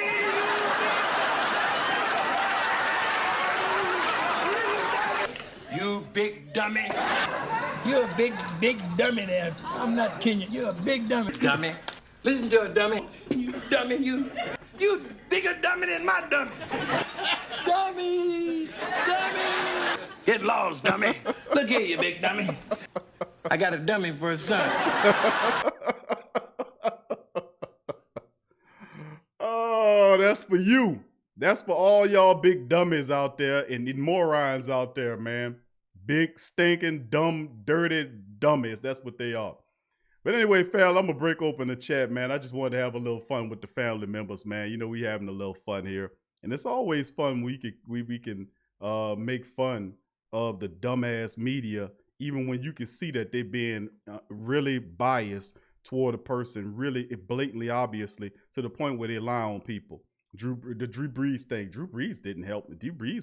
Tom Brady and Drew Brees didn't help their teams. That is an outright lie. And they don't have a problem with lying. These bastards lie with straight faces and stand in front of you and think that you won't catch them and say, no, you lying. You lying, and I'm going to tell you to your face, you're a liar. And she's a liar, and Orlovsky's a liar, and they're apologists. That's the worst thing. You could be apologist for somebody that you know is wrong. But anyway, I'm going to open up the phone line, and that is dedicated to you jackasses out there who keep going at my Saints without facts. If you come with the facts, that's a whole nother kettle of fish. I can deal with you being factual. But when you come with lies and then straight up blatant lies with no facts, just a bunch of dirty, dumb liars, man. Live lines open, 504-475-4482, 504-475-4482, 504-475-4482. Live lines are open. Feel free to hit upon the like button. Now, let's get that like button. Let's get those likes to like 100, family. Let's do that. Let's get them up to 100. We having fun in here today. Talking Saints on the Wednesday, family. Let's get those lights up. Let's get those lights. Shedrick, who that to you, Shedrick? Good to see you. Seth Griffin, who that to you, Seth Griffin? Good to see you in the chat as well. Brother Dada, who that to you in the chat as well. Irvin Alexander, who that to you. Steve Goin, who that to you. Good to see the family members chiming in the chat on this one. Thank you, Finnis, for joining us. Who that to you, family? Kill Frost, who that to you? Who that to you? So all of Demi, who that to you? All the great Black and Gold family members chiming in the live stream. Please feel free to smack upon the like button. And if you aren't a subscriber, join the Great Saint Think Tank. 504-475-4482. Live lines are open right now to chime in so you can get in there and be heard. Now, that was some of the things I wanted to reach upon with the family members that talk, that possibly Marcus Davenport could be back for Monday's matchup against the Las Vegas Raiders. Of course, we don't usually get into our previews until like around Friday. We'll do a thorough breakdown, and all this kind of thing. The Wednesday is usually a show like we middle of the week information. Tomorrow, Thursday, when we come back, we'll have the injury report and several other interviews. But, we always have a way where we could be able to reach upon the team and talk about Saints talk or whatnot. Stangman, who that to you, Stangman 2000. Good to see you in the chat as well. Steve Goin said if Drew doesn't throw for 300 yards, they think he isn't contributing. Isn't that amazing? And that's a great comment right there, man. And it's the mentality is if Drew don't throw for 200 or 300 and 400 yards, that he hurting the team. He had 160 yards yesterday and 2 touchdowns. I would take that over whatever Tom Brady did. I would take that over Tom Brady. And these people are absolute idiots. I mean, how do you say Drew Brees did not help his team? Drew did not help his team? He didn't. He was responsible. It's just he was responsible for 21 points. They took the touchdown off the board, but really they should have gave him that as well. He was responsible for 14 points on the record. And Tom Brady was responsible for giving up 6 points and 2 picks that killed drives that helped the Saints win. We converted those drives into pointage, and we continue to kick their ass all across the board, bottom line. But how do you then throw that man in there with that other clown? That man don't even belong in there with that clown. He didn't have a spectacular 300 performance, but still in all, at least he didn't turn the ball over. And it's absolutely amazing how stupid these bastards are. I'm sorry, man. I'm sorry. I just have to hit them with both barrels. That's why I played the Three Stooges and Fred Sanford saying dummy, because they dummies. They dummies. They morons. Morons. And I kept saying Three Stooge-ass morons. I had to bring the sound effects to prove my point. So every time I start playing stuff for them, you're going to hear the Three Stooges in the background, and you might hear some Fred Sanford.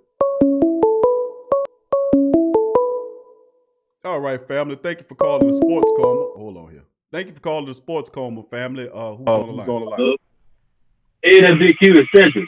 What up, Cedric? How you doing, bro? I'm doing good. I just want to get up here and talk about these reporters, how fraudulent they is, and how they never want to blame Tom Brady for his own mistake. All right, hold on. If you look at it, hold on, Cedric. I'm hearing you kind of funny, bro. Get a little closer to your phone. Can you hear me now? Yeah, that's a little bit better. Go ahead, bro. Yeah, I just want to talk about how fraudulent these reporters is, though.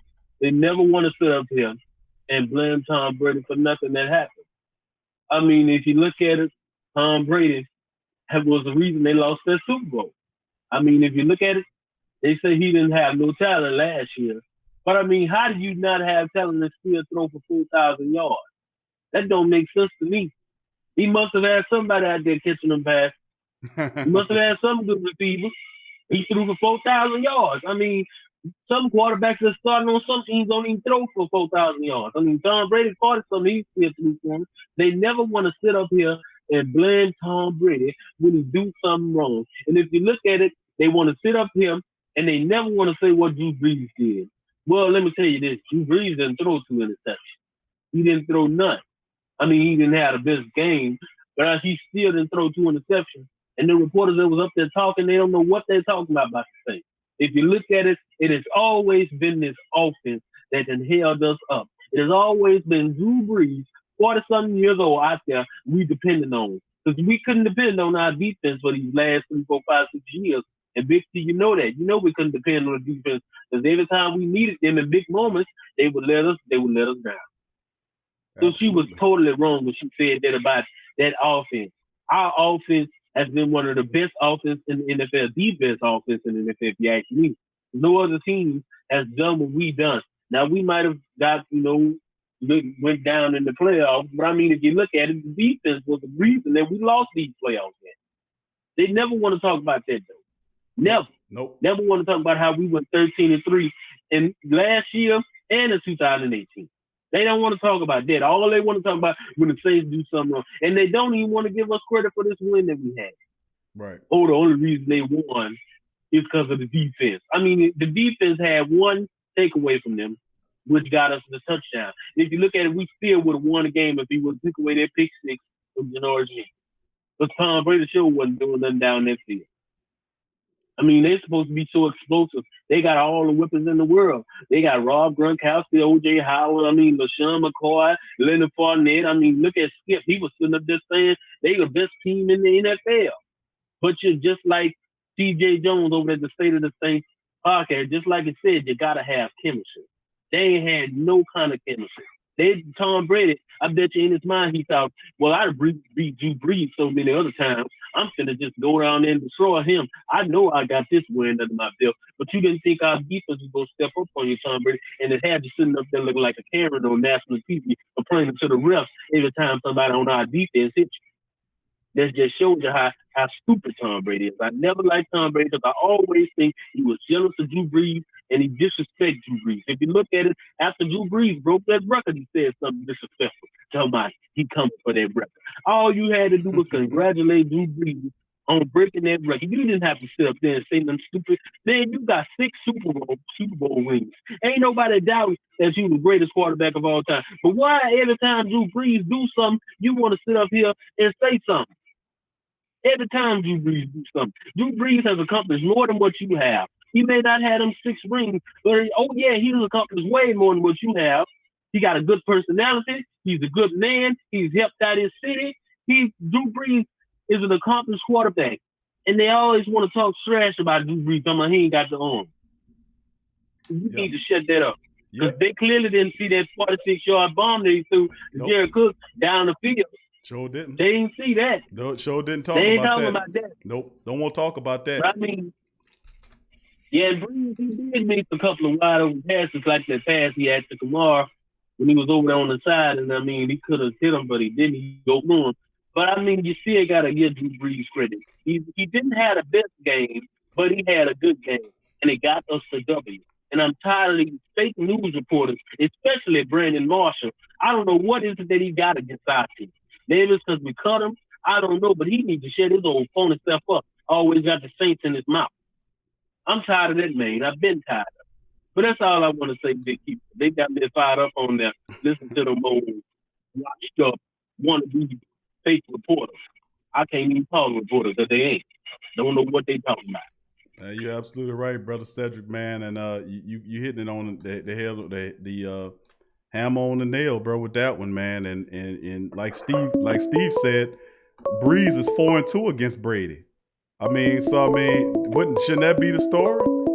But it is what it is when it comes down to that. That's why I say it's good, man, that we continue to shift the narrative. And first of all, big ups to Tim, man. Thank you, Tim, for your super chat. Tim says it's disgusting how Brandon Marshall can find every possible way to throw shade at the Saints. Every possible way, including making 1,000 and million excuses for Drew Brees. And let me tell you something. If the man played a good game, I would have said he played a good game. The man didn't. He didn't play a good game, and he was responsible for his team losing. He was directly responsible for the team. They weren't prepared. He wasn't prepared. And it's hard to have a chemistry or anything positive when you cannot dominate the line of scrimmage. If your opponent is pushing you off the line of scrimmage, you won't run the ball, and you damn sure ain't going to throw the ball right. So you have to remember the war is won at the line. And them people are not, they talking about every excuse in the book as opposed to the Saints defense dominated the line of scrimmage. And when you do that, you're not going to be able, the opposition is not going to be able to run the ball, and you're not going to be able to throw the ball because you can't protect the quarterback. Even Bruce Arians came out and was lambasting Donovan, whatever his name is, because he was getting manhandled by Trey Hendrickson, Carl Granderson, and every other Saint guy you won't put up in there. He couldn't do nothing with him. Neither could Tristan Wilford. And you won't blame the tackles. The guards were struggling too. The Saints reset I keep saying this. The Saints reset the line of scrimmage 3 to 4 yards behind the original line of scrimmage, and then shaped it in the form of the Moon Man face, and had it wrapped around Tom Brady where he could not step up into the pocket to throw the ball. If you do any quarterback that, you ain't gonna be able to do nothing. So that's common and traditional and regular football knowledge, but they're ignorant and they're rotten and they're underhanded because they're trying to fit a narrative. There was absolutely no evidence in that game about Drew Brees' arm looking bad. That was an outright lie, and how the interview shifted up right after that lady finished telling her bull crap. The host of the show turned to Orlovsky and said, "Drew's arm." Hold on. He said, "Oh," and he started. Drew's arm looked bad in the game. Hold on. What? There is nothing wrong with Drew Brees' arm, but Tom Brady doesn't make any mistakes. It's everybody else's mistakes. And the Saints offense, you heard it here first, family. The Saints offense is not built to carry the team or not built to win long term. You heard what that lady said. You heard what she said. Your offense ain't good enough to win on its own. Even though the offense is the main reason the Saints have been winning a lot during the past, in the recent past. The Saints offensive carried this team before the defense got on par, because the defense was way behind until they eventually got on par and started making the right moves and drafting the right players, bringing in the right free agents, bringing the right coaches, getting rid of garbage coaches like Bill Johnson, getting rid of pathetic ass coaches like what's that other guy that's up there with Adam Gase? He married his daughter, whatever his name is. I forgot the man's name. But got rid of more trash coaches and brought in real coaches in here to teach these players what to do. You know, all that had to change, and the defense started carrying its weight, and the special teams is doing not completely. So, I mean, that is absolutely a lie and total misinformation, and that's done purposefully. That's why I'm correcting the crap. But anyway, Cedric, thank you, bro, for chiming in, my man. I appreciate you. Who that to you, brother? All right. Thank you for calling the Great Saint Think Tank, family. Who's on the line? Who that? How's it going, Big Q? What's going on, my friend? How you doing? Ain't a whole lot, man. You was talking about Brandon Marshall, man. Don't you know he's a hater when it come to us? He didn't get chosen by us. We cut him. He you know what I'm saying? He didn't make the team, so of course he's not going to speak good about us. Hold on, before you get going, my friend. What's your name to have so I can let the Saints, the family members know? Big Abe from down south, Mississippi. Biloxi. Big Abe? Big Abe. I just say Abe, but my name is pronounced Gabriel. Okay, I got you, bro. All right. Go ahead, bro. Go ahead with your commentary, my friend. But yeah, well, I'm just saying, you know, like New Orleans, we ain't get no kind of respect. You know, ain't nobody respecting us around the league. Mm-hmm. You know, they when they come up to you know, these power rankings and stuff, I can understand them putting us about around at 3, but anything below 3 is some bullshit. And the reason why I say that is because I've been seeing them talk a lot about Green Bay Packers and what they got, you know, and talking about Seattle. You know, they shouldn't be ahead of us on the rankings, you know.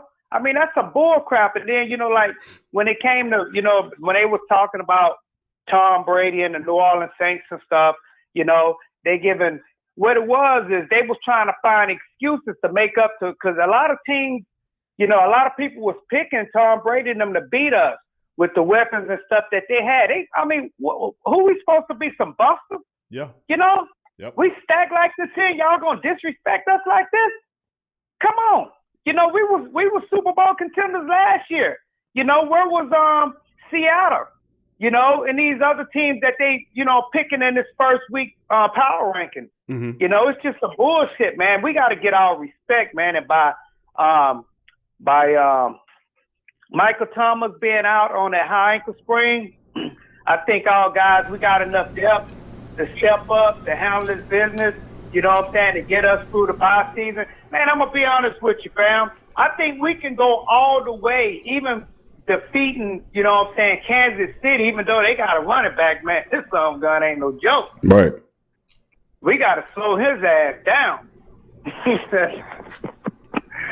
But yeah, man, I think we've got all the tools there. You know, we just, you know, that first game, I'm not gonna say, you know what I'm saying, we was all together. We was balanced, more balanced than most teams and stuff, you know. And I think that we looked at really good. It was just people wasn't giving us the credit and stuff that we deserved. They don't want us to go to the Super Bowl. They hate us for some reason. They was blaming Katrina, the reason why we won the first one. They just won't let us alone, bro. So we got to start punching them in the mouth. I agree. We got to earn that respect, man. Hey, Big A, out there. Listen, bro, let me tell you something, bro. You absolutely 1,000% right. And that's what and the reason why they so reckless with their stuff is because we hadn't been checking them. And I'm tired of busting a MLK. It's time for me to bust out Muhammad Ali. That's what I said last show. I said, you know what? I ain't busting the MLK. I ain't turning the other cheek. I'm a bust a Muhammad Ali. Meaning you hit me, I'm gonna knock you out. And that's what we gonna do right here. That's what we gonna do here. It's no longer. That's why I'm encouraging great family members like yourself and the whole great Saint think tank and Who Dat Nation to get on these people when they talk reckless. Because what I just played here, when I just played right here, bro, those were outright lies and misinformation, purposefully done. Man. That's what an agenda to deform, to deface the Who Dat Nation. And I'm not playing with you no more. We need, just like a good family member that get on the show, bro, Saints Uptown. And his tag is Saints Uptown, Minister of Defense for the Who Dat Nation. And we all need to be some ministers of defense for the Who Dat Nation, because the bottom line is we can no longer let them MLK us, man. We got to Muhammad Ali these people, because they won't stop unless you make them stop. Go ahead, Abe. That's right, man. And I'm just so tired of it, bro. We got to earn our respect, and I really think we're gonna go into Las Vegas and we're gonna handle all business and they brand new dome.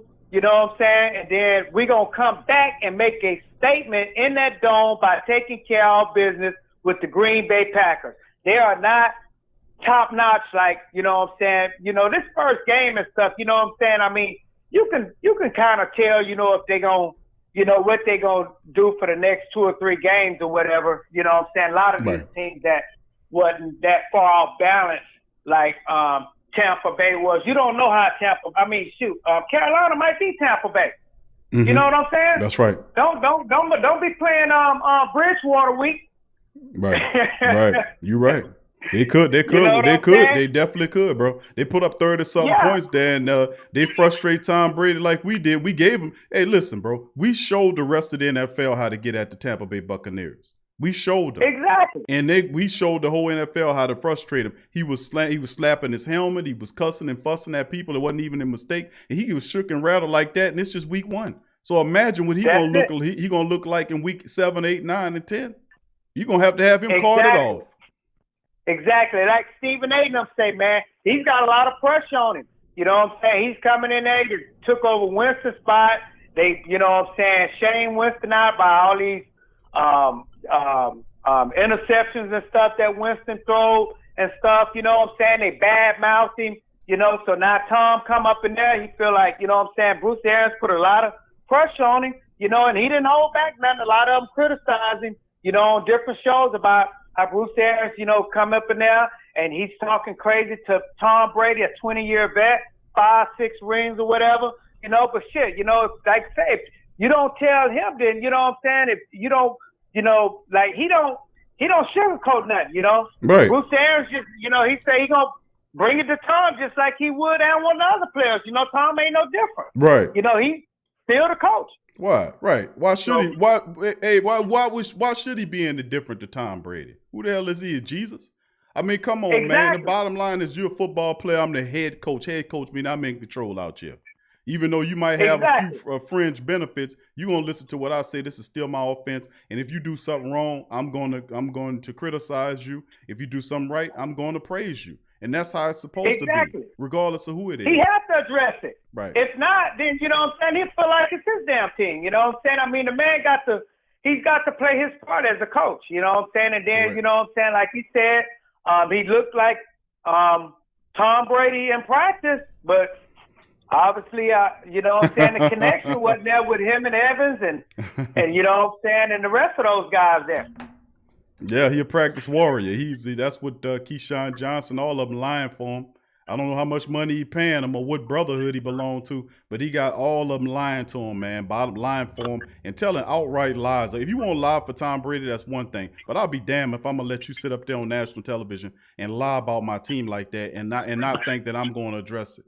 You absolutely not gonna do that. Them reporters are not gonna line up in the lunch line and go in a buffet style line and come in and when the next guy come up, he gonna say the same thing in his own words and lying about the Saints. First of all, that was absolute lying, bad misinformation by that female reporter. She need to be ashamed of herself. But get on national television and not having her facts straight, not doing her goddamn homework. I don't know what institution she went through before she got that job, but she need to go back and study and do a better job of reporting on other people's team before you get your ass on television and do that. As far as that other idiot up there, right. That's that other idiot up there, that Larfsky, he never was hitting on nothing. He was a third string backup his entire career. He got a job on ESPN. I don't know how that happened. I'm pretty sure they got better quarterbacks and athletes, but had a lot more accomplishments than a third string ass backup running around there trying to talk about Drew Brees, who's a Hall of Famer, who he can't dream to be as good as in his wildest dreams.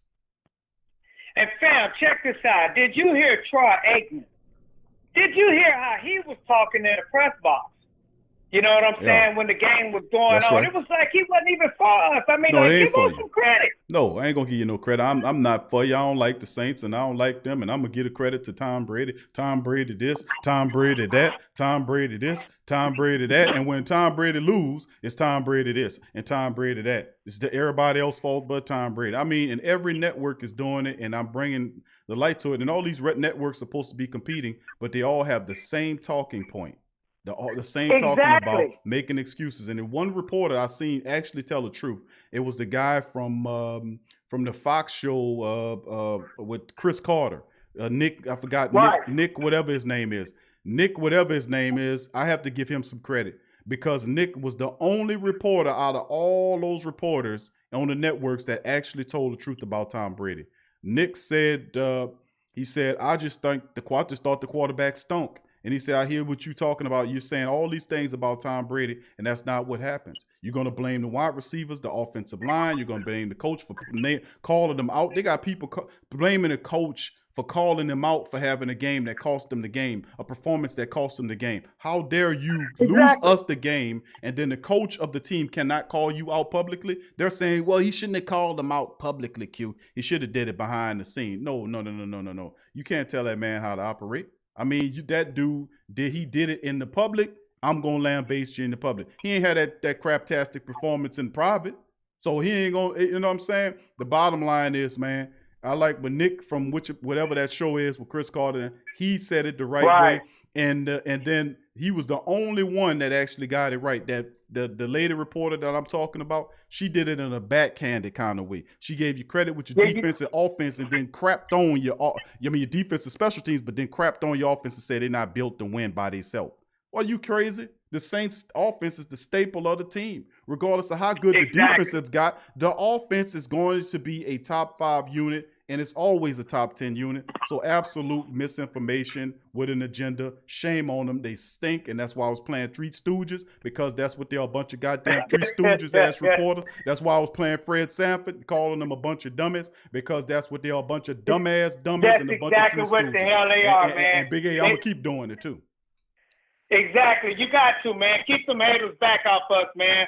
But look, I'm going to say this, and I'm going to let you go, man. All I say is, you know what I'm saying, this shit with with Tom Brady, we're going to nip this shit here in the bud. We're going to take care of Green Bay. And I look for us to go all the way to at least to the bye, man, undefeated, man. I think we are strong enough. We got a few kinks that we're going to, you know what I'm saying, get out. But I don't think Michael Thomas is going to be a factor to us winning, you know what I'm saying, making these wins and stuff, you know. So I think we'll be okay, man. Like Stephen A. say, man, Mike, go sit on down, and we got some cats that's going to handle it for you. sit on down. That's right. That's right. Get a rest on. Get ready for the rest of the season, bro. And we got a That's deep right. wide receiver core and a very talented team that can pick up the slack until the man get back. Bottom line. Thank you, Big A. That's right. Appreciate That's you, bro. right. Thank you for a call. Love that intensity, bro. Feel free to call more, my man. Who that to you, brother? No problem, brother. Who that? Who that? All right, that's Big Abe chiming in. Thank you for calling the Great Saint Think Tank family. Who's on the line? Talking to the Iceman. Iceman, what up, fam? What's going on, bro? Nothing much, man. I'm fired up just like the rest of the callers, man. They setting the tone early, man. I like it, man. Hey, you know bro. They sound like. Let me tell you something, Iceman. They sound like a bunch of Icemen. That's what they sound like. Yeah, everybody, I'm about to keep it going, man. All right. Ladies and gentlemen, what I'm about to say, probably some of the unpopular stuff, but I'm still gonna say it, damn it. So brace yourselves. Here it goes. I know we always talk about Marshawn Lattimore as the best cornerback the Saints ever had. Honestly, I think Janoris is the best corner that the Saints have had. I know he only been here a couple games, but I just think that he creates more turnovers in his style of play, his instincts. And I know that he's been in the league a lot longer than Marshawn, but I think that he does a lot more. He's the only one outside of Marcus Williams back there that I really see that creates turnovers, and I'm not even just talking about interceptions. I'm talking about how he had a fumble in the Vikings game. I mean, you know what I'm saying? That's just my opinion. I know that's probably unpopular with some people, but I feel like Jack Rabbit is the top corner, and then Marshawn is the number 2. That's how I feel about it, because this dude is a turnover machine. I mean, he keeps getting them pick sixes. Sooner or later, they're going to stop throwing it over to his side. You know what I'm saying? That's just something that I've been thinking about. I think he's a little bit more better than Marshawn right now. Things could change. Marshawn said he need to come in and have his head on straight and play everybody like Julio Jones. I don't think we've seen Jackrabbit not play somebody with 100% intensity. I mean, from here, I had Stephon Diggs crying. You know what I'm saying? I mean, he had him over there, throwing his helmet and whining. But that was something I've been thinking about. I was happy to see Trey Hendrickson light it up. But I ain't going to give him, complete, a pass yet, man. I need to see, 2-3 more games in a row of this. Because he started off hot last year. He was tearing them up last year and kind of tailed off. So I want to see more from Trey Hendrickson and Granderson. Malcolm Roach is looking pretty good. And, the last thing I wanted to say about was this whole the media thing, man. I don't understand why they always gotta give us the backhanded stuff. I don't never understand why they can't just give the Saints a compliment and keep it moving. I don't know what it is.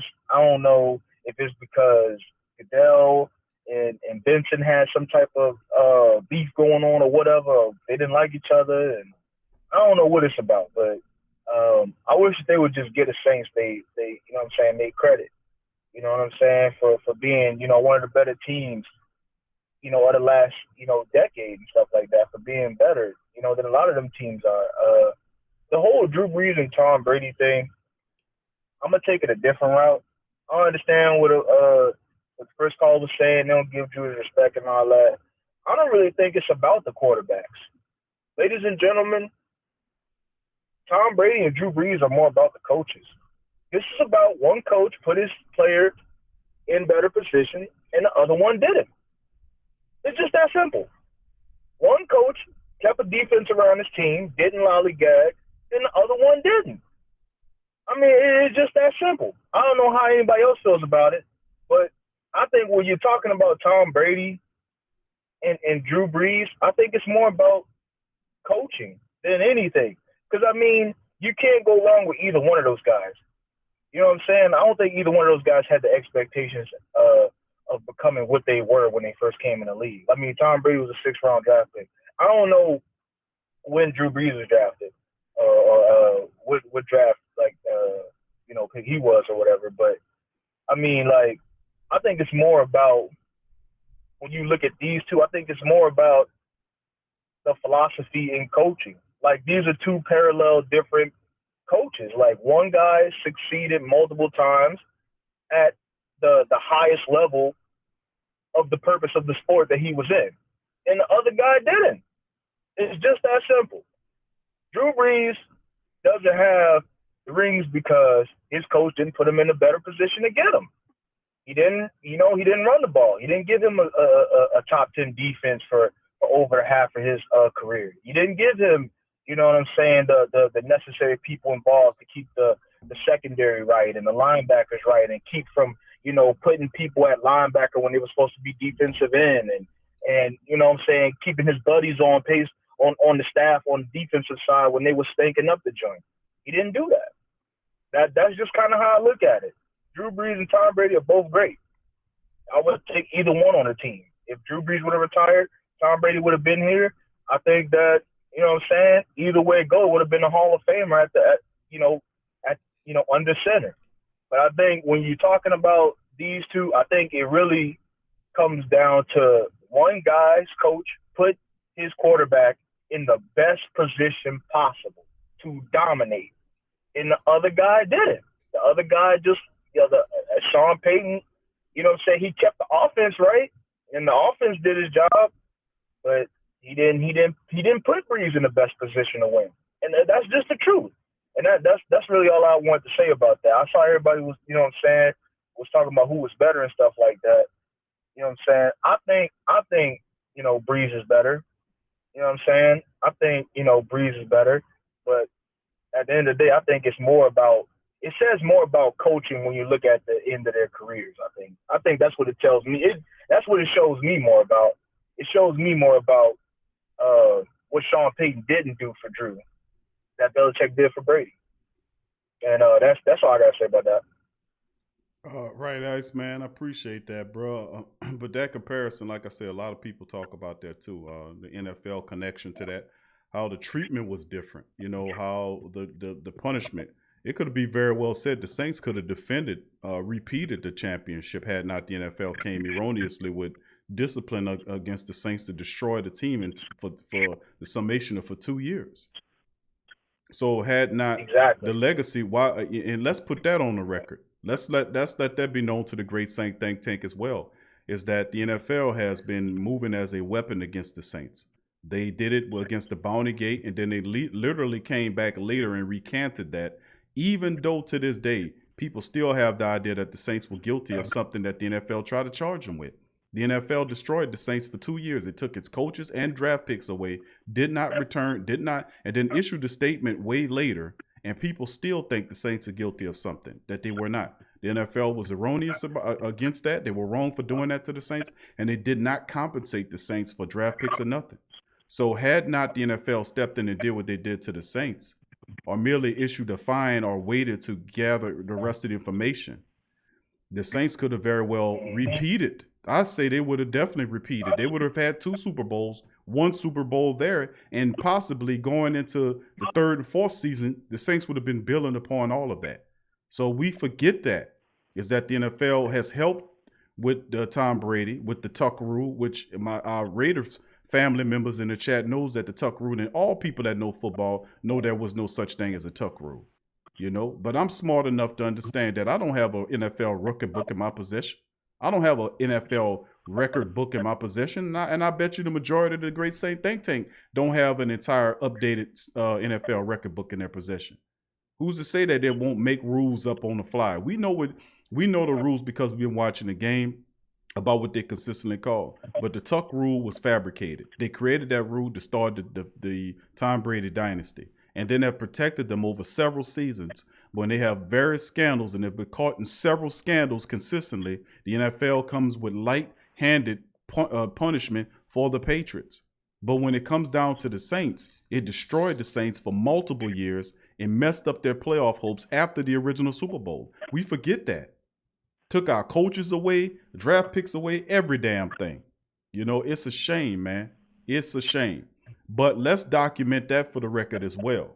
You know, when we talked about the comparison of the Saints and the Patriots. The NFL picked the Patriots as its darling, and the Saints are the redheaded stepchild. You know, like I've documented countless times, and that's why I do not like the commissioner. I think he's an absolute piece of scum, and I've been vocal in that. Y'all know that. That's not the first time I've said that. I've said that on dozens of shows about Goodell, that he's trash. He's scum. And that's what he's always been. And they got shirts in the pro shop called Chump. They're the Chump tees in there.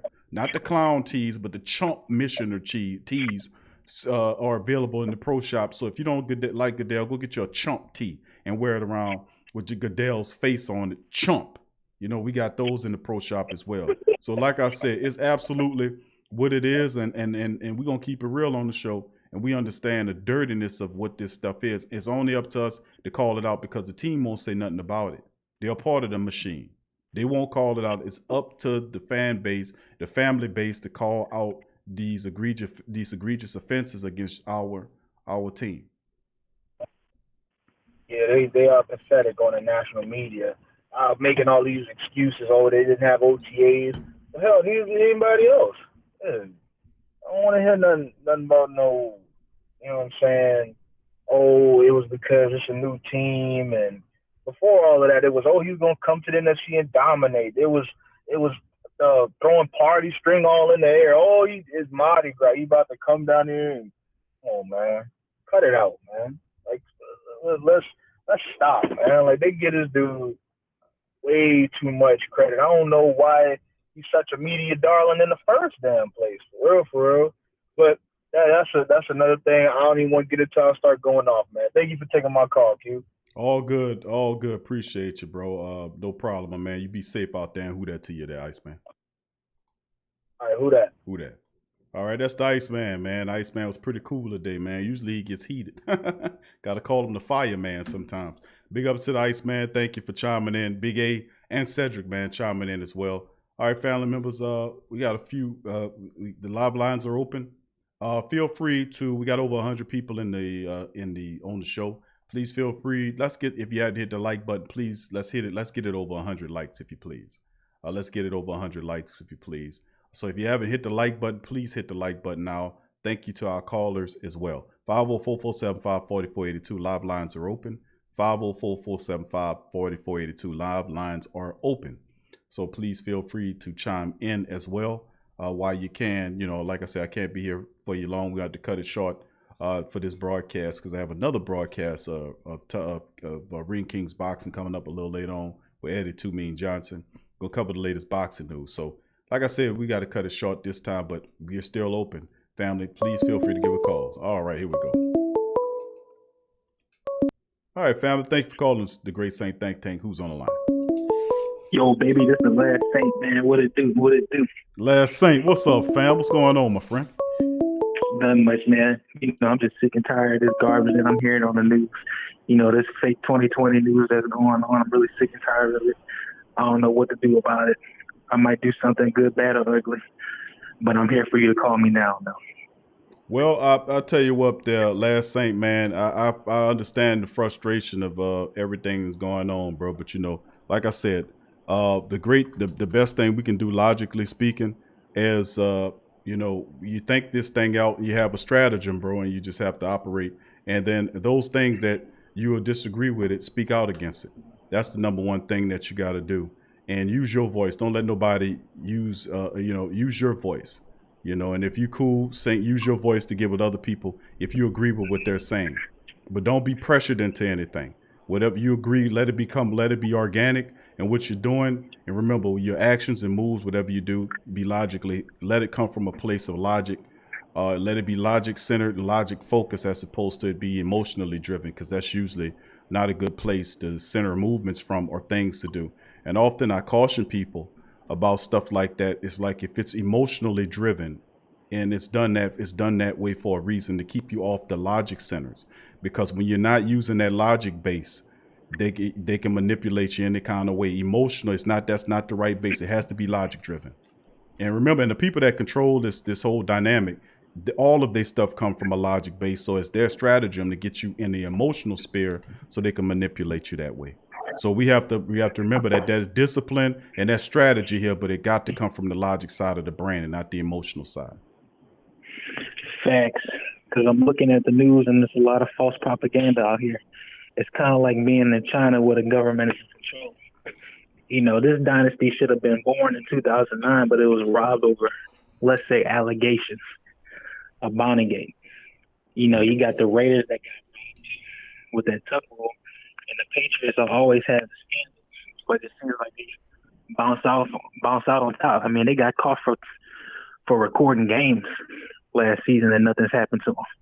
Right. You know, but it feels good though. It feels good to be a Saints fan because you got all this adversity going on.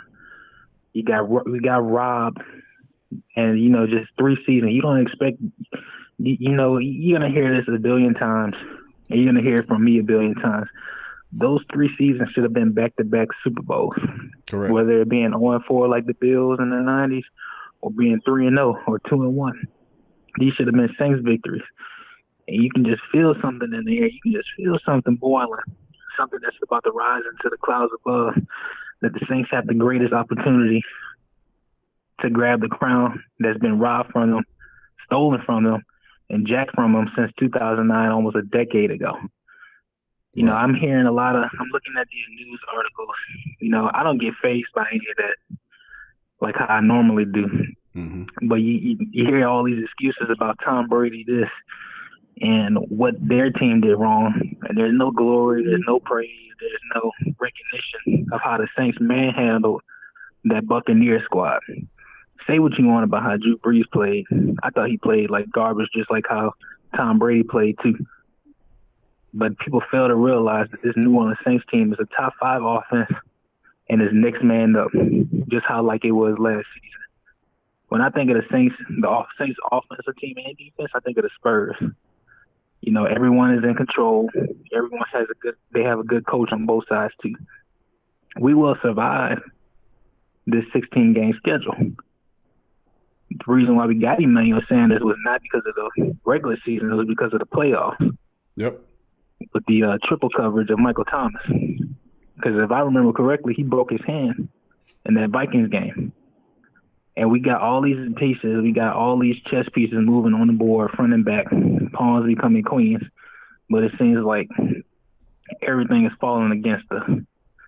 But, you know, I believe in the Saints too, you know. And I don't like how not a lot of people are defending the Saints. It seems like we are getting backhanded by the media. Like nobody is defending us. And when they do try to defend us, it's like slight brushing off of what somebody said. It's like a small joke. Because let Stephen A. talk about his Pittsburgh team, and he'll come out fired out. Or let it be what's the name of that clown on Undisputed? Skip Bayless talking about his Cowboys team, and he'll come fired out. But let it be a Saints fan, and you know it's gonna be a smoking gun, just like that guy Nate off of that Good Morning Football. He talks a lot of backhand garbage about the Saints. And I think he's just mad because we ended his playoff hopes when he was a Detroit Lion. You know, so you need more people to defend the Saints because you are going to see them out on public. You got to defend your honor. This is your house, you know. Like The Rock said, you got to defend your house. And I don't really see a lot of people besides you defending this house. I see them talking about how we can move forward, how we can rise through adversity. I see people on the attack, but they're not on the defense. You following what I'm saying? Yeah, I got you. You know, but that's just my point I wanted to make about the media and the perception. It does seem like we've been blacklisted from the NFL. And it's like a stroke of luck or like a whole bunch of willpower and determination to push people through to get to where we need to be at. Because how long until we finally get that respect? Because truth be told, we never gonna get respected unless we get our rings back. But that's just something I wanted to say on that topic too. I want to hear your thoughts about it too. Well, first of all, thank you that last Saint chiming up, man. That's number one. Number two is I don't. I think Drew Brees didn't have the type of game that he would want to have. But I mean, sometimes you're not going to have the 250, 280 yard performance out passing games. I mean, he struggled, but he didn't turn the ball over. He threw 2 touchdowns in the game. That's not the same as what Tom Brady did. Tom Brady turned the ball over twice. One of them was a pick 6. He was sacked multiple times. Even though Drew Brees took a sack in the game, Drew Brees did not hurt his team. You know, they were struggling with the passing game, and the running game tried to get going because the offensive line is in a state of flux. The interior line right now is going through it right now. And I told people that the other day, I said, both of your guards are having issues. The Andrews Pete is playing with a busted finger, and your right guard is a backup named Nick Easton. So that's not the standard regular offensive line that you're going to be played with. So that's why the line looked kind of bad. And you have to give credit to the Tampa Bay defense because they were blitz gap blitzing and everything. They called a really good game. Todd Bowles, he was terrific in that, and I can give their team credit, but they can't give us out. As far as the agenda of the major networks, I've often said that all these networks, they're owned by the same people. It appear to be that they're competing, but they all owned by if you look it up, most of the media operations are owned by about 3 or 4 families. They control and own and run all of them. And them type of people, they don't just buy one thing. They believe in monopoly, so they can control everything. And the narrative is the same way. The narrative is the Saints are a bad team, and the Saints are a team. And even though they'll slick side pick the Saints because you'll be laughed at if you don't consider the Saints the truth. But their actions don't dispute that. They say the Saints are the best team in the NFL, but they competitely week after week pick after the Saints. How do you then look at a pieced together team and think that they're going to beat the Saints, who are a team that's been dominating the NFC South? We're not going to turn that loose. So I think a lot of it was kind of Superman issues. You know, a lot of this is comic book type vibes coming from Tom Brady, like he's Superman and that he's going to rescue Tampa Bay, who's been stinking the last several seasons. There's no order in Tampa Bay. Well, I mean, the thing is also too, what's going to hurt the Tampa Bay Buccaneers is the fact that all of the pressure falls on Tom Brady. But a way to pull the pressure off is by blaming other people around Tom Brady. Well, that's going to tear the team up because when he makes mistakes, they're going to say, well, Bruce Arians is not coaching them correctly, and they're not on the same page. And really, the truth of the matter is that for the pressure, ultimately, this is going to be real curious because I'm going to be interested in watching them because it is a lot of pressure on Tom Brady to win in Tampa. And he has Gronkowski. The offensive line is really not as good as it appears. They can't run the ball. The defense is much improved. The special teams are not all that. So regardless, you can add all that stuff on offense as you may. It's going to take a while before they can get going. And the thing is, when they get going, will it be too late? That's a lot of pressure to heap on Tampa Bay to talk about having a winning season in the NFC when everybody's going to hit them with their best game. B, Tampa Bay hasn't won and went to the playoffs, had a winning season in a while, and haven't went to the playoffs in a while. So to get a winning season, that's a stretch. And then to get the winning season to get you in the playoffs, that's another stretch. And then you're talking about the team that hadn't been in the playoffs, hadn't won in a while. You're going to take them all the way into the Super Bowl, and the Saints are standing there dominating the last few years, and they've gotten better than what they were over the last several seasons. That's really ridiculous. So, I mean, there's a lot of DC comic, Marvel, unrealistic, detached from reality type thinking that's going on here. There's no such thing as Superman. That's just a comic book character, a person they created in Hollywood. He's not going to fly down and bullets are going to bounce off his chest and they got a building falling over. He's going to go on the side and push the building back up and use his heat vision to seal it off so he can stand up straight. And then while he's doing that, they're going to go in the window and get all the babies out because the building on fire, or he's going to use his breath to blow the flames away or cool it or ice it or whatever. That is absolutely, this is really, it detached itself from reality. And you can thank the media for doing that because he had success in New England. They interpret him having success in Tampa. There's a big difference between the AFC and the NFC. We kept telling them that the NFC will come after you. We don't care if we lose it or not. We're gonna take a shot at you. You won't hit us and then you fall on like them AFC teams did all those years. Like the Buffalo Bills and the Jets and all them Dolphins stinking up the world over the last several years. You don't have that down. Even if you have the Atlanta Falcons or the Carolina Panthers, who are our rivals, I can tell you one thing. Those guys are going to play you hard.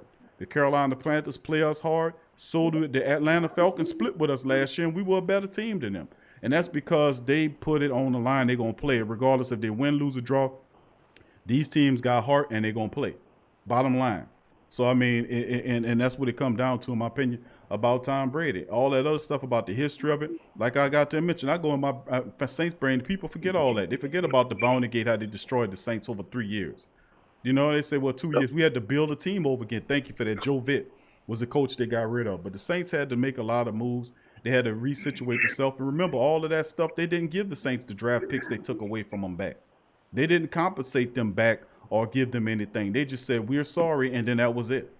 So, like I said, man, I hate to do the comparison because you got to talk about all that when you talk about comparing the New England Patriots to the Saints because it hadn't been the same thing. The Patriots have been caught cheating several times consistently.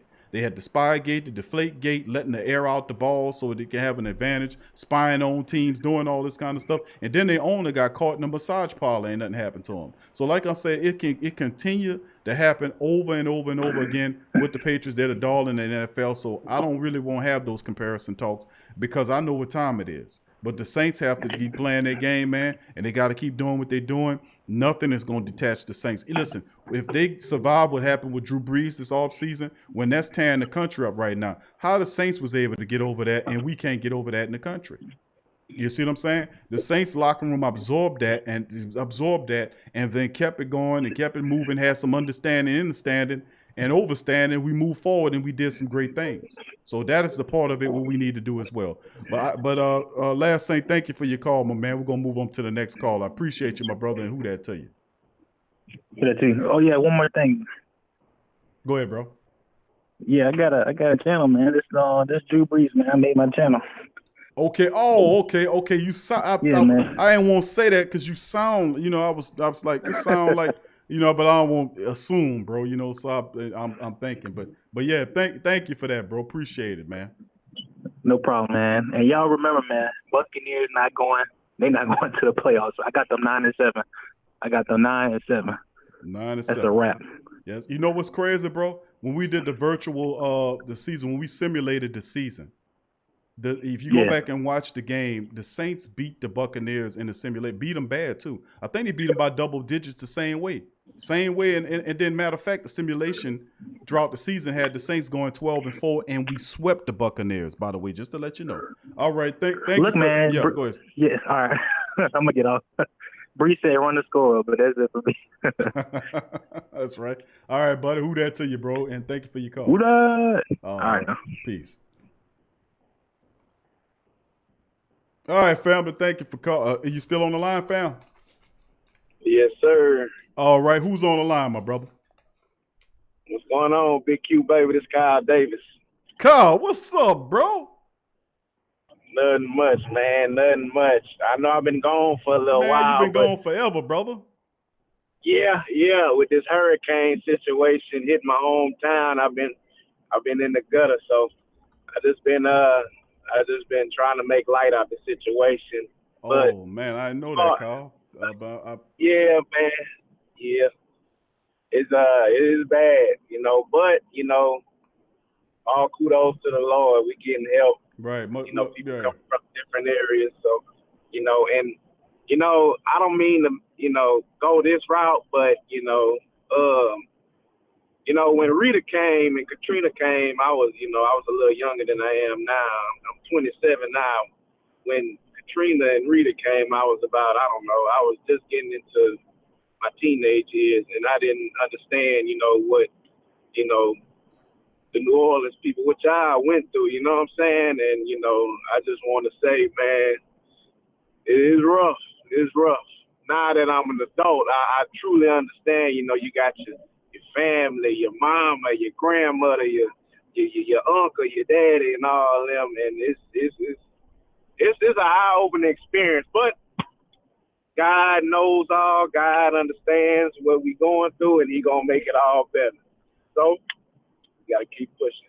But first things first, let me get on this media. Okay. A fool will never understand truth. I'm gonna say it one more time. A fool will never understand truth. From the Skip Baylesses, Shannon Sharps, the Nick Wrights, all these media folk, I just feel as if they real life comedians. Because how you gonna sit up there and say this and say that when it's not even true? Like, and to your point, they are under one umbrella because they topics are like similar to each other. Like if I see Speak for Yourself with the defensive end, what's his name? Wiley, what's his name? I know who you're talking about, that big dummy. That big dummy, yes, the biggest. But as far as that, it's comic relief for me, honestly, because I just laugh at it. If I know in my heart what my Saints, they are capable of and what they can do, I'm not about to sit here and, let a dummy tell me otherwise. I'm going to just laugh at it. That's all. That's all with that. And as far as the team, I'm just so excited that we get to pull this season off with all this chaos going on in the world. And, and I'm, even if I haven't been tuning in the show, I've been catching bits and pieces, and I'm glad you're all right, my brother. I'm glad, you're Same safe, to you, bro. Your family's safe. Your network is still pushing through. I see the graphics done, did a 360, 100%. I'm looking at the show. I'm like, okay, Q, I see you, big baby. I see you. I see you. You doing the damn thing. But, I'm not really worrying about the Michael Thomas thing. I just want him to be smart, take as much time as you need because we're going to need you in the postseason. So that doesn't really faze me. We got more than enough bullets in the chamber to, knock a hole in somebody's chest. As far as the defense, they are only going to get more synced in with each other. Iceman made a statement about Janoris Jenkins being the number one instead of Marshawn Lattimore. I can agree with that, but then I can say my point about it. Janoris Jenkins, as Iceman said, he's been in the league. He's a little bit more mature, but you got to think about it like this. Iron always going to sharpen iron, And I looked at one of the Jack Rabbit interviews, the post-game interview, and he was like, well, me and, Marshawn, we talked about how we going to do this, and we talked about – see, I like that communication because that's going to rub off on Laddie Daddy the right way. You know what I'm saying? Right. So if they keep that communication and they keep swapping ideas with each other, I look at it like this, I look at it like that, that's going to help. I mean, that's going to help them and whoever else around them. And for Marcus Williams to catch that pick, that brought brightness to my spirit because I was like, okay, that's that. Hey, I had to clap for him. I say, look, that's what we need. We don't need you to be dropping balls dead in your face. We don't need you to be iffing at people. Look, we need you to get the job done, okay? And I'm pretty sure Malcolm Jenkins he's letting them know, like, time to beef up your game, man. It is time. So the offense is going to be the offense. I mean, everybody's looking good. I mean, to say it was the first game, it's first game jitters. And as the season goes on, we're going to amp up. We're going to get further and further and further. But this Tom Brady thing, Tom Brady is one of the greats. I'm not going to say he's the greatest like everyone else. He's one of the greats. But I don't see that aura around him like everybody else does. I mean, to me, he's just, I don't know, he was just a quarterback in a good situation. I don't know. But as far as Q, I appreciate you accepting my call. I'm going to start watching, full lengths of the show now that, you know, we got our lights on and everything's starting to get back to normal. But, you know, I asked the family members just keep, you know, the city of Lake Charles and those that were affected by Hurricane Laura in y'all prayers. And, you know, who that? Thank you, Kyle. Appreciate you, bro. Good to hear from you. And definitely our prayers and definitely we sending love and prayers and everything else out there to you and all the family members affected by these storms, bro. And we still got several of them coming, and we just had one that went a show in Mississippi, man. So yeah, we going through it this year with the C-19 and everything, bro. So this is really important, man, to kind of keep our our hearts and minds away from all the other madness around us. You know what I mean? So I thank you, bro, for chiming in, and who that to you, brother, and much love to you, my friend. Yes, sir. Who that? Who that? That's Kyle Davis chiming in, man. Appreciate hearing from Brother Kyle, man. Hadn't heard from him in a while, man. Thank you for calling the Great Saint Think Tank, fam. Who's on the line? It's 985 Live, man. What's happening? What's up, fam? What's going on, my brother? How you doing? I'm chilling, man. Hey, I told the fam the other day, man, I was going to hold back my comments or whatever to about the middle of the week, man, just taking notes, you know. Okay, you ready to? So it's not time for you to give your comments now. It's middle of the week time. Yeah, I gotta get my commentary, bro. You know, hey, gotta get my research, man. All right. Yeah. What you got, bro? Hey, man, all I'm gonna say is, man, you know, I had called after the game or whatever, but all I want to say, bro, Tampa Bay is this your king, bro. Tampa Bay is this your king. Mm-hmm. Like, hey, like your boy say on Black Panther, man. When he asked him, say, hey, man, this your king, bro? This our king? Hey, like I said, man, Tom Brady, bro, he got the rings, bro. He don't have that character, bro. You know what I'm saying? He like an arrogant dude. You know, you can tell the way he act or whatever like that, man. Just basically like the way he was in the game, man. He's sitting there talking to himself and stuff, like wasn't even trying to get with his players and try to talk to him and go over plays or whatever. He basically standoffish, bro. You know, that's why I respect his game or whatever. But for as a player or whatever, like if I had to play the game, I don't think I'll be respectful of, you know what I'm saying, him as my QB or whatever, you know, because it's just the way he carry himself, man. You know, hey, you got the rings or whatever, but bro, humble yourself, man. Right. You ain't get there by yourself, bro. You had 11 other people on the field with you. You know, you had 11 more people on the other side of the field that help you get rings or whatever, you know. I mean, yeah, they cheated in some of the cases or whatever, but it is what it is. They got the rings. We can't get mad at what they got or whatever, you know. But like I said, man, just also, man, with Mike, man, you know, I hate that he got hurt, bro. You know, with Murphy kind of like getting pushed into him or whatever with that play, man. I was like, oh man, this can't be good, bro. You know, especially when I seen the report, I thought it was just gonna be something he can walk off, but. You know, I mean, at the end of the day, bro, I think we got playmakers or whatever on the team that's going to be able to step up, man. We're going to see what they got, man, you know. Mm-hmm. We want to see what they got, you know, at the end of the day, you know. And I think it's going to help develop players or whatever on our team or whatever. So, you know, when Mike come back, he going to be Mike. You know, when he come back, you know, he going to come back with that fire, with that zeal, you know, to come back to be hungry. So we know what to expect from him, you know what I'm saying? All he gonna do is come in and eat, bro.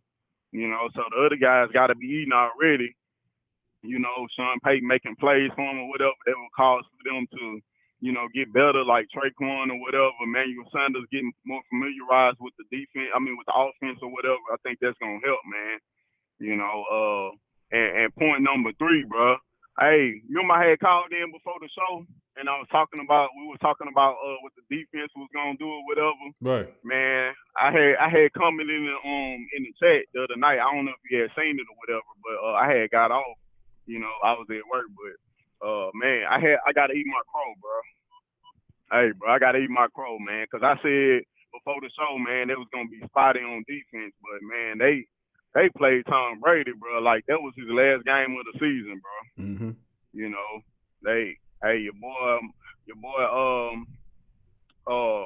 Henderson or whatever, man, he was all over him, bro. Every time he tried to escape the pocket, bro, Henderson would just come out of nowhere and get him, bro. You know, I was proud of our defense that game, bro. They showed up, man. You know, they showed up because when the offense was kind of sputtering or whatever, man, our defense stayed in the game and made plays or whatever that helped keep us in the game. But the media, man, it seemed like with the media, they all get the same facts at the end of the day, bro. It seems like on Sundays or whenever it is, like it might be Sunday or Monday, whatever. They all get the same facts to come across their desk, and all of them reading off the same teleprompter with the same words, bro. Because all of them repeat the same thing. It's like, bro, I got over here saying this man over here, y'all making excuses for what he doing. He a grown man. His own coach didn't even make excuses for him. Sure did. You know what I'm saying? Right. His own coach out here calling him out in the media or whatever, saying, you know what I'm saying? He not used to that. He not used to being called out in the media. Bill Belichick, he thought Bill Belichick was mean when he was calling him out in meetings or whatever. This man on TV calling him out. He got to go home, and his kids got to ask him or whatever, Daddy, why your coach calling you out on TV? You know what I'm saying? He got to answer his kids, not only to his teammates, you know what I'm saying? So right. I know he feels some type of way or whatever, but the media want to make excuses for him because, like you said, man, he been a darling of the NFL, bro. Every time you turn it on, you see the Patriots or the Cowgirls. Every time you turn on the TV, that's all they got on the TV, bro. I mean, that's all it is, bro. Now he over there losing. Now they got to figure out some type of way or whatever to try to spin the narrative or whatever, so they can try to sell, try to get their ratings up or whatever. Because most of them probably lost some of their money trying to bet on Tom Brady winning the game. They done probably lost their money over there. They over there eating crow like I had to Sunday because of our defense or whatever. Hey, now they over there, man. I done lost money. This dude made me lose money, bro. I gotta try to make the other team look bad. And it seems like the media, that's all they do, bro. That's all they want us to do is turn on the TV because they already know we watching. We like one of the biggest fan bases. We not just in Louisiana. We in Mississippi, Alabama, Atlanta. We got family members, man, and probably in different countries. You know what I'm saying? So they looking at it like, man, I know they watching. It's gonna cause for us to start talking and commenting or whatever. They ain't got no press or whatever if they don't come on TV and say something bad about a team that didn't won, if it ain't Tom Brady. So, like I said, I think all of them get the same facts at the end of the day, because they all say the same thing, bro. I don't even really watch. I don't even turn on the TV and stuff no more when it comes to sports channels and stuff because they ain't doing nothing but lying. They ain't doing nothing but lying, bro. And the people that's on other teams or that's haters of the Saints or whatever, or any other team that's losing and they getting on there lying about them, they eating it up. Oh yeah, yeah. You seen what he said about our team, huh? Man, he don't know nothing from the back of his hand, bro. He not on that team, bro. He don't know what he's talking about, bro. He reading off a piece of paper. He don't know what he's talking about, bro. And women don't know what they talking about. They just on there talking. Getting their hair and their makeup done, getting on TV. They don't know what they talking about. Like they say, man, just stay in your lane, bro. Stay in your lane, bro. You don't know what you're talking about, just be quiet. But they gotta say something because, they feel better about just saying something, just having commentary on TV. Hey, I got something to say, But what you saying is wrong though. Like you said, we gotta call them out, bro. Got to call them out because they're going to continue to keep doing it. They've been doing it for years. When the Saints had paper bags over their head, they laughed on that. Oh yeah, if they had the Hard Knocks, we probably be on Hard Knocks probably every year, man. Before Sean Payton them got here, But now since we winning and stuff, we have better seasons than we had before. They got to find some type of way to talk about us, make us look bad. Well, that 95, bro, you hit on it, bro. You was absolutely right, man. And that's why, I'm doing it, man. I usually push it to the side, but I understand that if you don't address it, it's going to keep going. And that's what any problem or issue that you come across. You can't merely sweep it aside. It'll grow and it'll fester. And then you become a party to it because you didn't stamp it out when it was little. It's almost like it's almost having it's feeding cats. If you're not a cat person, you feed the cat one time, don't be surprised the cat comes back and he's gonna bring some friends. So I mean, the thing is, sometimes you got if something's wrong around you, you gotta get rid of it and you gotta speak against it. And that's what I'm doing. For a long time, I used to say, well, they don't know what the hell they're talking about, just that way. But that's enough of that. That doesn't help. We have to address it. That's why I plan this stuff here, and then we comment and just to let you know, as a family, how stupid these people are and how they don't have their facts straight. They'll get up there and literally tell straight up lies. I mean, straight up. I've seen several of them just straight up lie on something, like the whole narrative about Drew's arm. Drew did not have a problem with his arm in that entire game. There was no arm problems with Drew Brees. Drew pushed the ball downfield. There wasn't no issues, but these guys got on there and lied about Drew Brees. What I was seeing in the game is Drew's arm. Oh, his arm was bad, and I'm having major concerns. And it's coming from a third string backup quarterback who never done anything professionally worth any even mention it. But it's like the stupidness of it. And then, of course, the same guy that then comes back and says that he prefers the Buccaneers offense over the Saints. In what world are you from? Who would pick that? They have not established themselves as a potent offense. You're still captivated by the pieces on the on the paper and what they did last year. Well, with Jameis, they did this. They most certainly got to do it if Jameis can do it. Well, if that's the case, we'll see. But like I said, I'm telling you, everybody gonna bring their A game. Watch what that young Carolina defense gonna do next week against them. Yep. Watch what's gonna happen. They're gonna put pressure because I keep telling y'all, and they're not saying it. Nobody's saying it about Tampa Bay, and I'm gonna say it and leave it alone. But the Saints defense showed the league how to defeat Tom Brady. We showed it in the first time out. Yep. Yeah, and it's crazy, man. Honestly, they can go 0-16 this year, and they'll still make excuses for him. Tom Brady didn't have enough time. Tom Brady this, Tom Brady that. Man, stop, bro. This man he's supposed to be the GOAT. I heard Trey Aikman on there talking about the GOAT. I said, man, this the GOAT, bro. This the GOAT y'all bringing, bro. This the Billy GOAT y'all talking about, bro. He ain't Billy GOAT nothing over here, bro. You know what I'm saying? Like, y'all talking about, he the GOAT and all this stuff. They'll make excuses for him or whatever. If they go 0-16 this year, or they lose a bunch of games, the GOAT, they didn't have time to sink and all this type of stuff. Man, get out of here, bro. Cut it out, bro. I was the one that was jumping on their nuts when it was time, when before the season started. Oh, they gonna be the best team. They got all these different weapons. Oh, they done got Leonard Fournette. Oh my gosh, they about to be a monstrous team. Like, stop, bro. We all know, bro. It comes with camaraderie. You know what I'm saying? You gotta have that chemistry or whatever when it comes between the quarterback and the players, bro. And trying to develop that to be able to get on the field and do it and duplicate it in the game. They want to see him act like we dumb or something. Like, come on, bro. You can't do that, man. But at the end of the day, man, I ain't going to hold a line up, man. I appreciate you taking my call, Q, man. I'm out here at work, man, trying to get this money, bro. I got you, bro. I got you, my man. And I appreciate you calling, my brother. And who that to you? Be safe out there. Yes, sir. Yes, sir. Who that? That's 985 Live chiming in. All right, fam. Thanks for calling the Great Saint Think Tank. Who's on the line? This me? Yes, sir. Are you? Who's on the line? Oh yeah. This Marvin Norman. Marvin, what's happening, brother? What's happening, Big Q, man? Look, first thing I want to tell you, man, God bless you, man. I got nothing but love for you. God bless your family, man. And may God bless you and your family, man. Everything good. I got all smiles every time I see you, dog. Thank you, bro. All smiles every time I see you.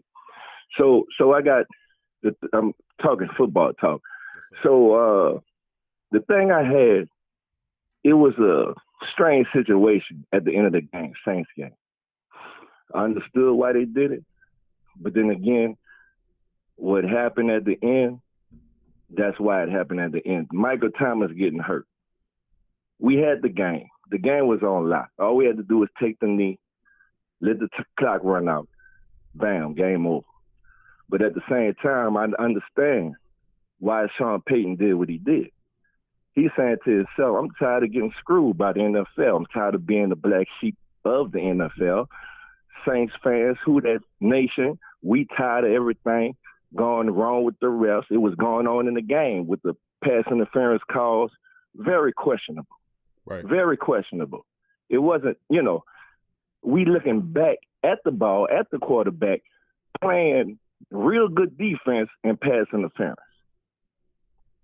Right. Real questionable. Yeah. So Sean Payton in his mind saying, well, we tired of getting screwed. We're tired of getting screwed. We're tired of getting played every playoff, every game.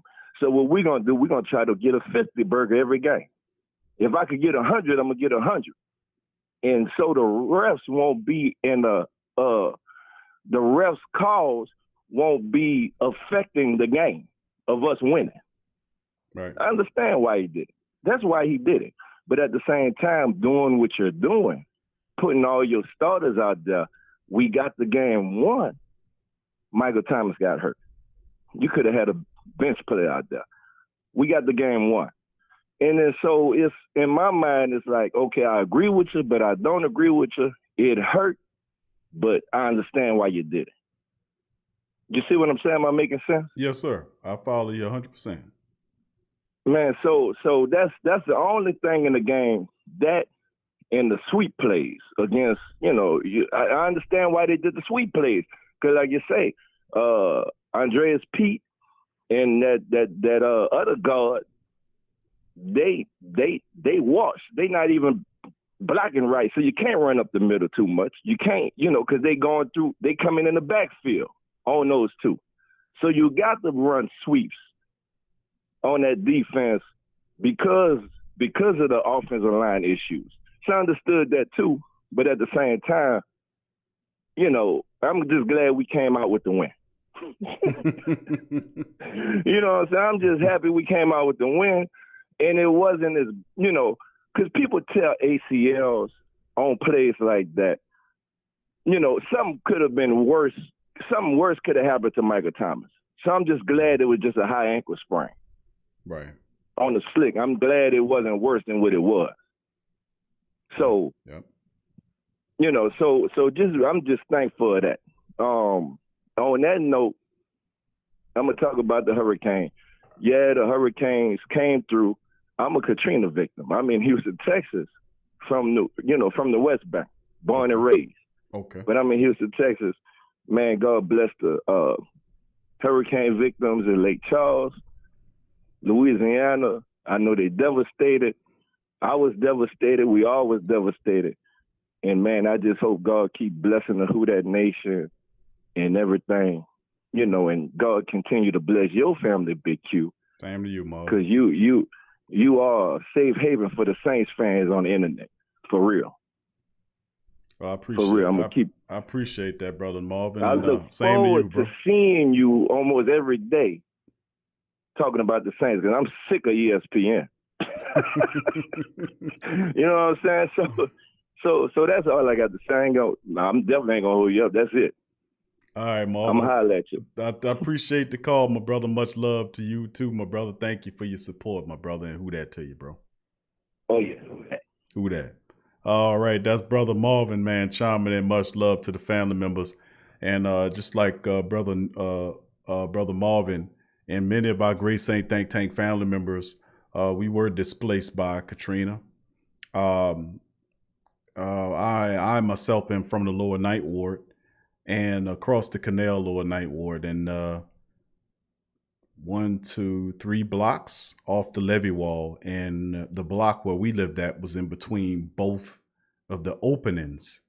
When the levees failed at point 1 and point 2, our house was in the center of the breach, and the water came in. And we talking 25 feet worth of water, destroyed everything. Took all our pictures, everything that memories that you have in picture was removed. everything gone in the instant of an eye, gone. So I understand how it is to be affected by storms, and I've been affected by several different storms since then, and I've been in several different floods. So it's never a good thing to, for the family members out there dealing with it, like Brother Kyle, who had had issues, and other brothers and sisters out there in the Great Saint Think Tank that had that issue as well with storms that are going through it today. It's definitely problematic, but it's much love and success to all the family members out there that's going through the storm. Much love and big ups to you. Trust me, I've been there. Thank you for calling the Great Saint Think Tank family. Who's on the line? What's going on, Q? How you doing? What's going on, Brother Paul? How you doing, my brother? Oh, enjoying all these callers, man. Ooh, Q, you got us at our best tonight. Yeah, well, yeah, it got some good thinking, good saint people on the line there, Brother Paul. Everybody dropping some knowledge, and they telling, letting them know how it is, brother. That's it, man. That's it, man. It's just, you were talking earlier about all that media fanfare. I'm like this, Q. If it wasn't for the tuck rule and the Raider game, we wouldn't know what a Tom Brady and Bill Belichick was. Think about it. Yep. Because really, actually, to me, in my mind, they can say what they want to say. New England only really won one Super Bowl, and that's when they beat the Rams. And I'm still suspect on that one. But them other five, no. The truth be told, they really probably only won one. Them other five just whatever, Because like you said, they've had too much controversy of cheating and lying and all this here, Let that be a Tom Benson got caught in a massage parlor. They done ran him out the league. Think about it. What you think, you? Just think about it. New Orleans. Yeah. Same with New Orleans. Oh yeah, no doubt about it. They sell the team and everything. Go ahead. No doubt about it, Brother Paul. I mean, it's just going through it, man, and thinking about all the stuff that they made it through, man. They should have lost, years worth of stuff, and the league protects them. They protect them, and they don't handle everybody else the same way, especially when I talk about the Saints. And then when you get the referee angle in there, that's what I'm saying. Watch the referees. That's why I sounded the alarm several days ago about the referee, the officiate staff, and covered the news today and told you that your referee will be Ed Hockley's son. He will be the referee for this game. And even though we're going to play the Raiders, and the Raiders are going to be a good foe, but we also have to pay attention to the referees and what they do. Because like last game, they taking touchdowns off the board with no evidence, suspect calls, a lot of stuff like that. It's just, you just got to keep an eye on them, man, and what they'll do. So we'll run the score up as well, just to eliminate them and keep them out of the game, man, because we know they're being directly controlled by the NFL. That's how it works. You always say, Q, play to where you take the referees out. They ain't gonna be calling all that dumb stuff every 5 minutes. Yes, sir. Absolutely. Because what that happens, Q, that just, to me, when you do a team like that, offense, defense, and special teams, you take them out the game mentally after a while. Just so many penalties, kills momentum. What you think? You're right. 100%. The penalties stop the game, the flow of the game. It upsets things. And I just think it's, it'll be to the liking of the Saints to capitalize on drives and play mistake-free football to the best of their ability. To know what you're doing and dominate your one-on-one matchups like what the defense did, firing out the gate, doing what they were supposed to do. They were brilliant. The offense eventually will get going. It's just how it is. The trends are, that the Saints offense will get better, and offensive line struggled a bit. That's why the running game didn't get as, even though you had the rushing touchdowns there, but they still have to work on that. And we don't know what the timetable is for Ruiz. Or, and then Davenport should be coming back real soon as well. So to help out the defense. So I still say, man, based on the experience and from my personal experience and watching these games and knowing this team, we right on time. What we need to do, and we just have to keep improving upon it week after week. Bring the running game with you, and we still gonna be a force, even more so than we did before. You're so right, Q. You old soldier like me, Q. I can remember the time I be sitting there listening to WWL with Buddy D and Mike Trahan and all that, and Kenny Trahan, and we be sitting there. All right, do you think the Saints, LSU, and Tulane gonna win this weekend, caller?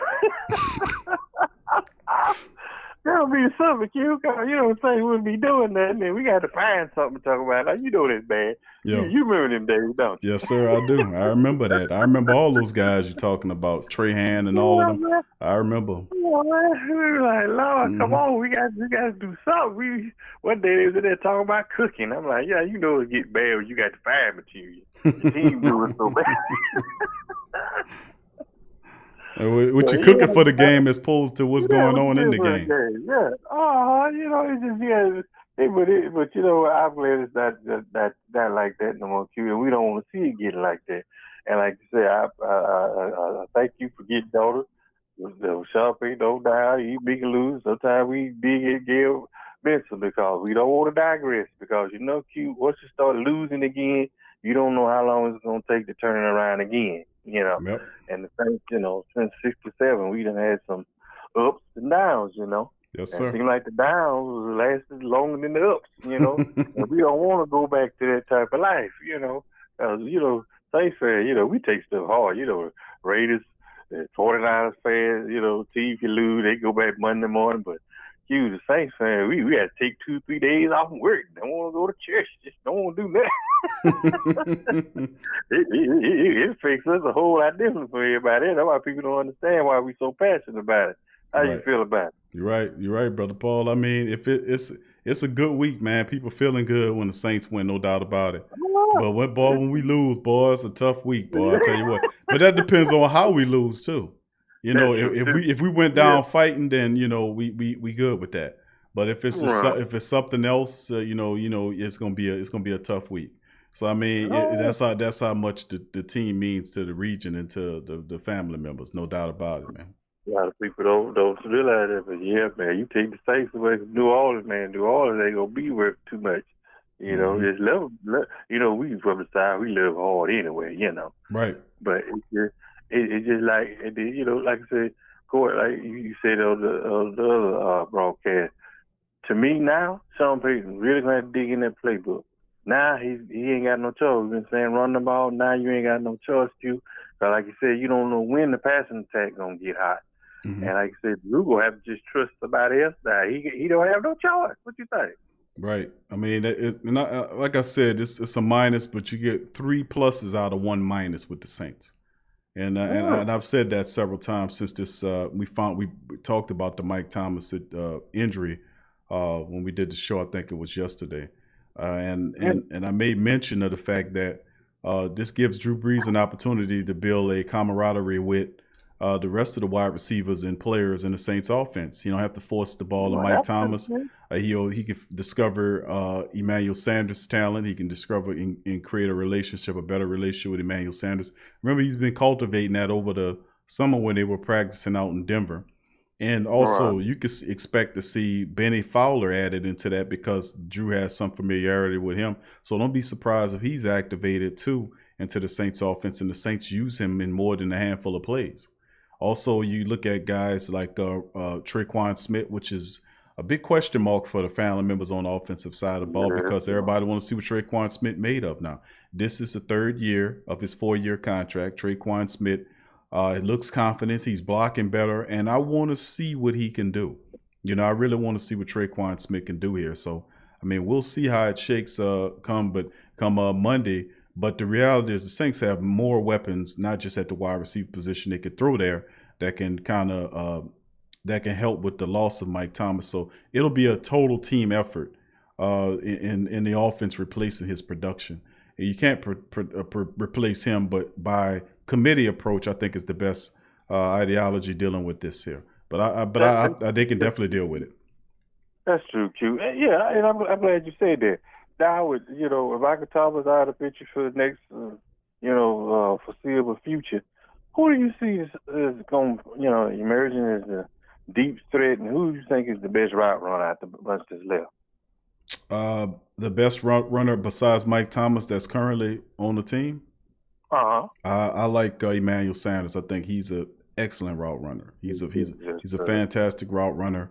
After him, you would have to probably dig a little bit. I would have to go to Benny Fowler. Not saying the rest of those guys can run routes, but I mean, Traquan Smith needs help there. He needs to work on that. Marquez Callaway is an intriguing commodity too. He's not a he's pretty good at what he does. I like his speed, his toughness.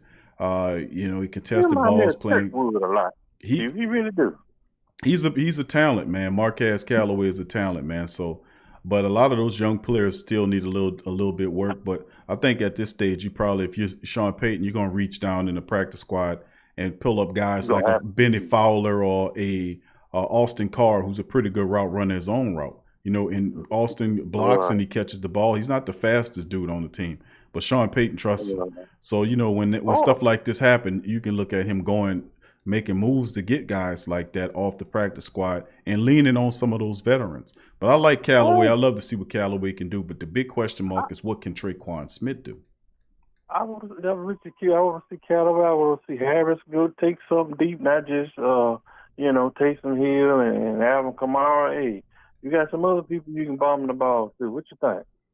Yeah, that's more than a handful of guys. Ty Montgomery, Taysom Hill, Adam Troutman. You can throw him out there. You can also use Josh Hill, spread Cook out like they did in the first matchup in Week 1. I mean, they can move players all over the field in no matter what direction, whatever area they need them to be.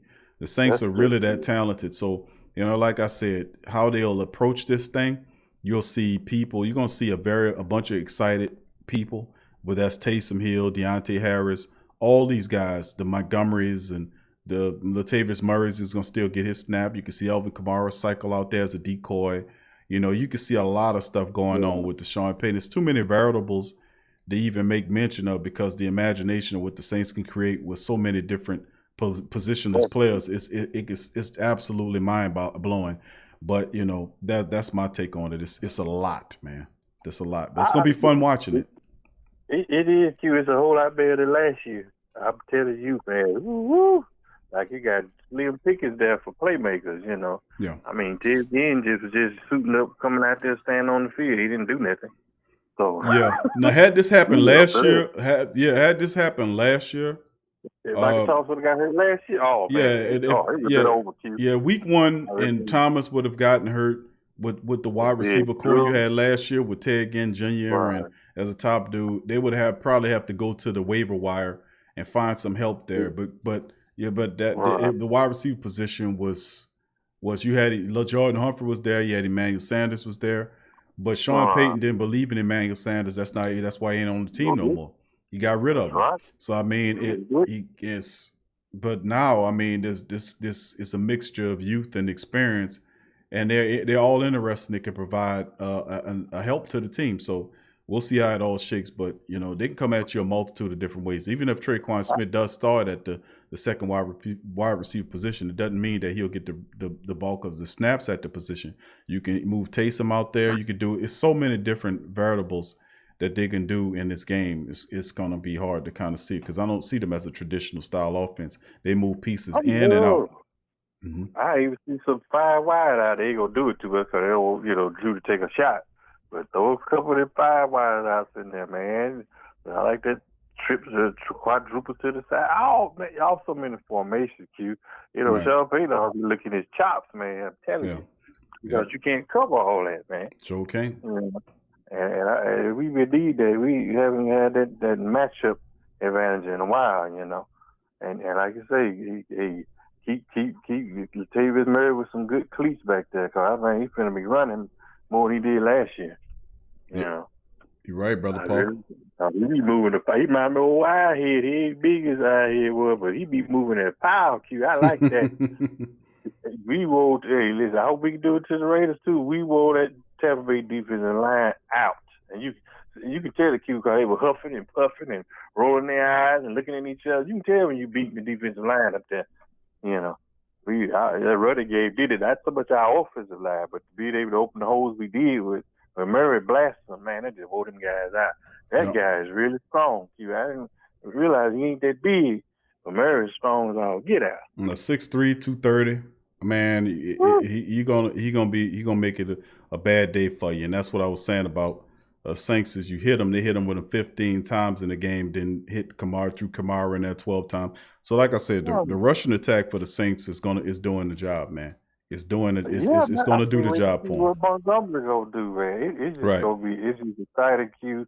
They can't key in on one or two people on offense. They're gonna have to, they're going to have to come ready to play. And the defense, I want the defense to, don't get relaxed. You did it one time. Come on, you got to do it again. You know, and like I said, we know the Raiders are traditionally known to play dirty. So we have to look out for them cheap shots and stuff, It is a Gruden-led team, so you definitely got to keep an eye on that, man, because it's gonna be a physical affair, man. But I don't think this. I think they might be barking up the wrong tree if they won't try to make it a game like that. You don't want to upset the Saints that way. You don't want to tee them off. So I would caution them to be to rethink a different game plan. You don't want to piss the Saints off because they'll give them no more fire than what they need. Yeah, cause Carr got a date with with Cam Jordan. I love when he get the stacks to be stacking it. Q, I like that. He be stacking it.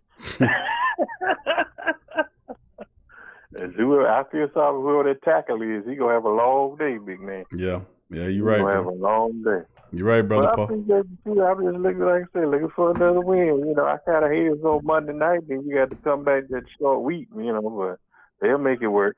Well, championship team, there, brother Paul. That's what it's about, bro. We got to take it, regardless of whatever we got to do to get the bowl. This team is definitely is focusing on winning that. So I think we'll be fine in the long run. But thank you for your call, my brother. Appreciate you, bro. Who that now? Who that? That's Brother Paul, the historian, chiming in from Mississippi. Brother Paul, big ups to him and the rest of our great Saint Think Tank family members tuning in the live stream, family.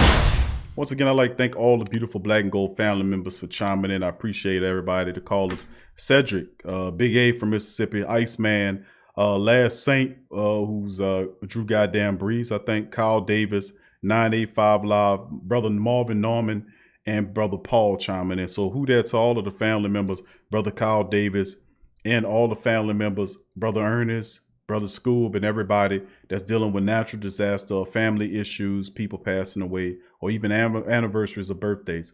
Who that to all of you guys. Much love to the family members. It's a troublesome and turbulent time that we're going through. And sometimes your question is like, why me when I'm going through this? And if you're feeling like that, understand, I know, like I was saying, I've been in natural disasters when everything was taken from you, and I also had several stores in the area too that was washed out in New Orleans as well. So your home gone, you have to start all over again. And it's, it's a tough thing, man, to happen. And, I feel it. But listen, man, things happen for a reason, even though we might not understand what the reason is, why things happen. But you got to understand that the Most High would never give you something that you can't handle. And if he do give you something, or if something happens, understand it's for a greater good. And that's for whatever's going on, and definitely for your greater good and for your benefit. And so far as you becoming empowered and stronger than what you were previously. We all go through these things. And we just have to rise above them. So just if nobody told you that positive word, allow me to tell you that positive word. To keep your head up, family, and understand that you're greater. You're greater than your previous self, and you can always be great. Keep your head up and stay focused. Just keep your prayers and lean on that faith. Lean on that faith to recharge and rejuvenate you. And keep like I said, just stay positive and understand. Focus on being great. That's all. That's what I did. And that helped me out to be a better father, to be a better person, a better friend, a better whatever I was going to do. And that was my focus. And that put me right on the line with the Most High plan, because that's what the plan is, for you to reach your maximum potential. I often say that on this show. So I want to give a shout out and dedication to all those people that's going through it right now. And know that, the family loves you, and keep your head up. And we shooting our prayers to you, no doubt about it. So much love to the family members for joining the show. Also, I wanted to give a shout out to the to the family members for hitting the like button today. I also thank Crass for sharing the links in the chat. Thank you, Crass, for doing that, sharing the story links and another links in the chat with the rest of the family members. Thank you for that, my brother. And also, who that to the rest of the family members? Adrian, I see you. Jimbo, who that? I see you, Jimbo, who that to you? Neville, who that to you? Hold'em Hook TV, who that to your family? Good to see you in the chat. Kai the Great, who that to you? LT, who that to you? Official Johnny Rocket, who that to you? Johnny Rocket. Thomas Levy, who that to you? Thomas, I see your family. Big ups to the rest of the family members chiming in late while we was doing the interview. Steve Goin, I see you, Steve. Thank you for great commentary there. I see you, man. Who that to you as well. So I thank all you guys for that. And please feel free, if you like what's going on with the platform and you see and you want to help support, go to the Pro Shop. Check out the links at the Pro Shop. Hats, shirts, smartphone cover cases, leggings, fanny packs, face coverings, masks, dog sweaters. I mean, literally hundreds of dozens of products are available at the Pro Shop. There are 2 links there because there are 2 different shirts there. Feel free to check them out, and any purchase made goes back into the platform so we can continue to come at you with really good content and passionate content that usually span 2 or 3 hours. We just eclipsed the 3-hour marker. Freddie Harris, who that to you, Freddie? Big ups to your family. And Larry Williams, who that to you? All right, so let's keep it going. So check out the links below for the Pro Shop and get the latest gear, family. We got some more gear coming out really soon as well. We always add new gear to the shop, so make sure you check it often. All right, and also Pro Radio. We also do several other live streams as well. The Sports Coma is just one of them. The Pelican Post Game Report for our New Orleans Pelicans commentary, Ring Kings Boxing World, Tough Tiger Talk, our LSU podcast as well, are all available on Pro Radio, which is at Spreaker.com/The Sports Coma, Spreaker.com/The Sports Coma. Or you can go to the link in the description section below. Remember, all these things that I talk about, the links are in the description section below for your convenience. And also, if you like the platform, you want to help out, become a patron of the show. Go to patreon.com/the Pro Media Network, patreon.com/the Pro Media Network. You can become a patron, and you can have access to locked content like TSC Q&A, over 20 shows of that, and over 10 shows of On Q with Big Q through Patreon. And if you're a YouTube member, you get access to the TSC Q&A live. That's Tuesday at 6 o'clock for our Patreon and YouTube members. So that's what we do as well. You can have access to that live content. Who that to you? JT, I see you, fam. Crass, big up to you. Thank you for that, bro. All right, and also big ups to our sponsor. The local company is GetLifeMask.com. GetLifeMask.com. They have a great mask with a filter in it that lasts us 3 months. That's behind the nose clip. They have adjustable straps for children as well as adults so the mask can fit. You can get 10% off at GetLifeMask.com with the product code TheSportsComa. It knocks off 10% of the price, and it's LSU, Pelicans, or Saints masks are available. So if you want to get a mask, it has the PM2.5 filter that goes behind the nose clip, and it helps. It lasts for 3 months, and it really works. It's pretty good action. GetLifeMask.com. Get 10% off with the code TheSportsComa. All right. Thank the family members. Who that to you, Arnold? Thank you, there, brother Jerry. Appreciate you. Who that to you? Please hit the like button, family, before you leave, and please feel free to share the links in your social media feeds, because that goes out to help the live stream continue to grow as well. So much love to the family members. We'll be back Thursday with more Saints-related news to drop upon the family. We'll have some interviews, and I'm always going to have something to share with you guys about the Saints. So we'll be back tomorrow, and we'll talk more about it. Who that to you? You guys be safe out there. Much love to you, and I'll see you later. Yeah. Well, all right. Like you always say, welcome, welcome, welcome. #1 sports talking indeed. We ain't like the Falcons, we won't blow the lead. Look, all we talk is who that, who got cut and who back. Rookies in the vets, players you should look at. It's the Sports Coma, you don't wanna miss it. Got the pre-game, party, post-game statistics. Get a visit from Sway, maybe DC or 5. It's the hottest thing smoking, Big Q and the guys. Go to YouTube Live. Make sure you subscribe. Interviews inside the Saints locker room high. Talk to Drew, Jordan, Zach, Peyton, New Orleans, who that nation? Best believe when I say we bleed gold and black. Ain't a miracle or rivalry could ever hold us back. No, Beastquake, Bounty Gate, let the truth be told. It's the sports coma, all we know is say Super Bowl. Yeah.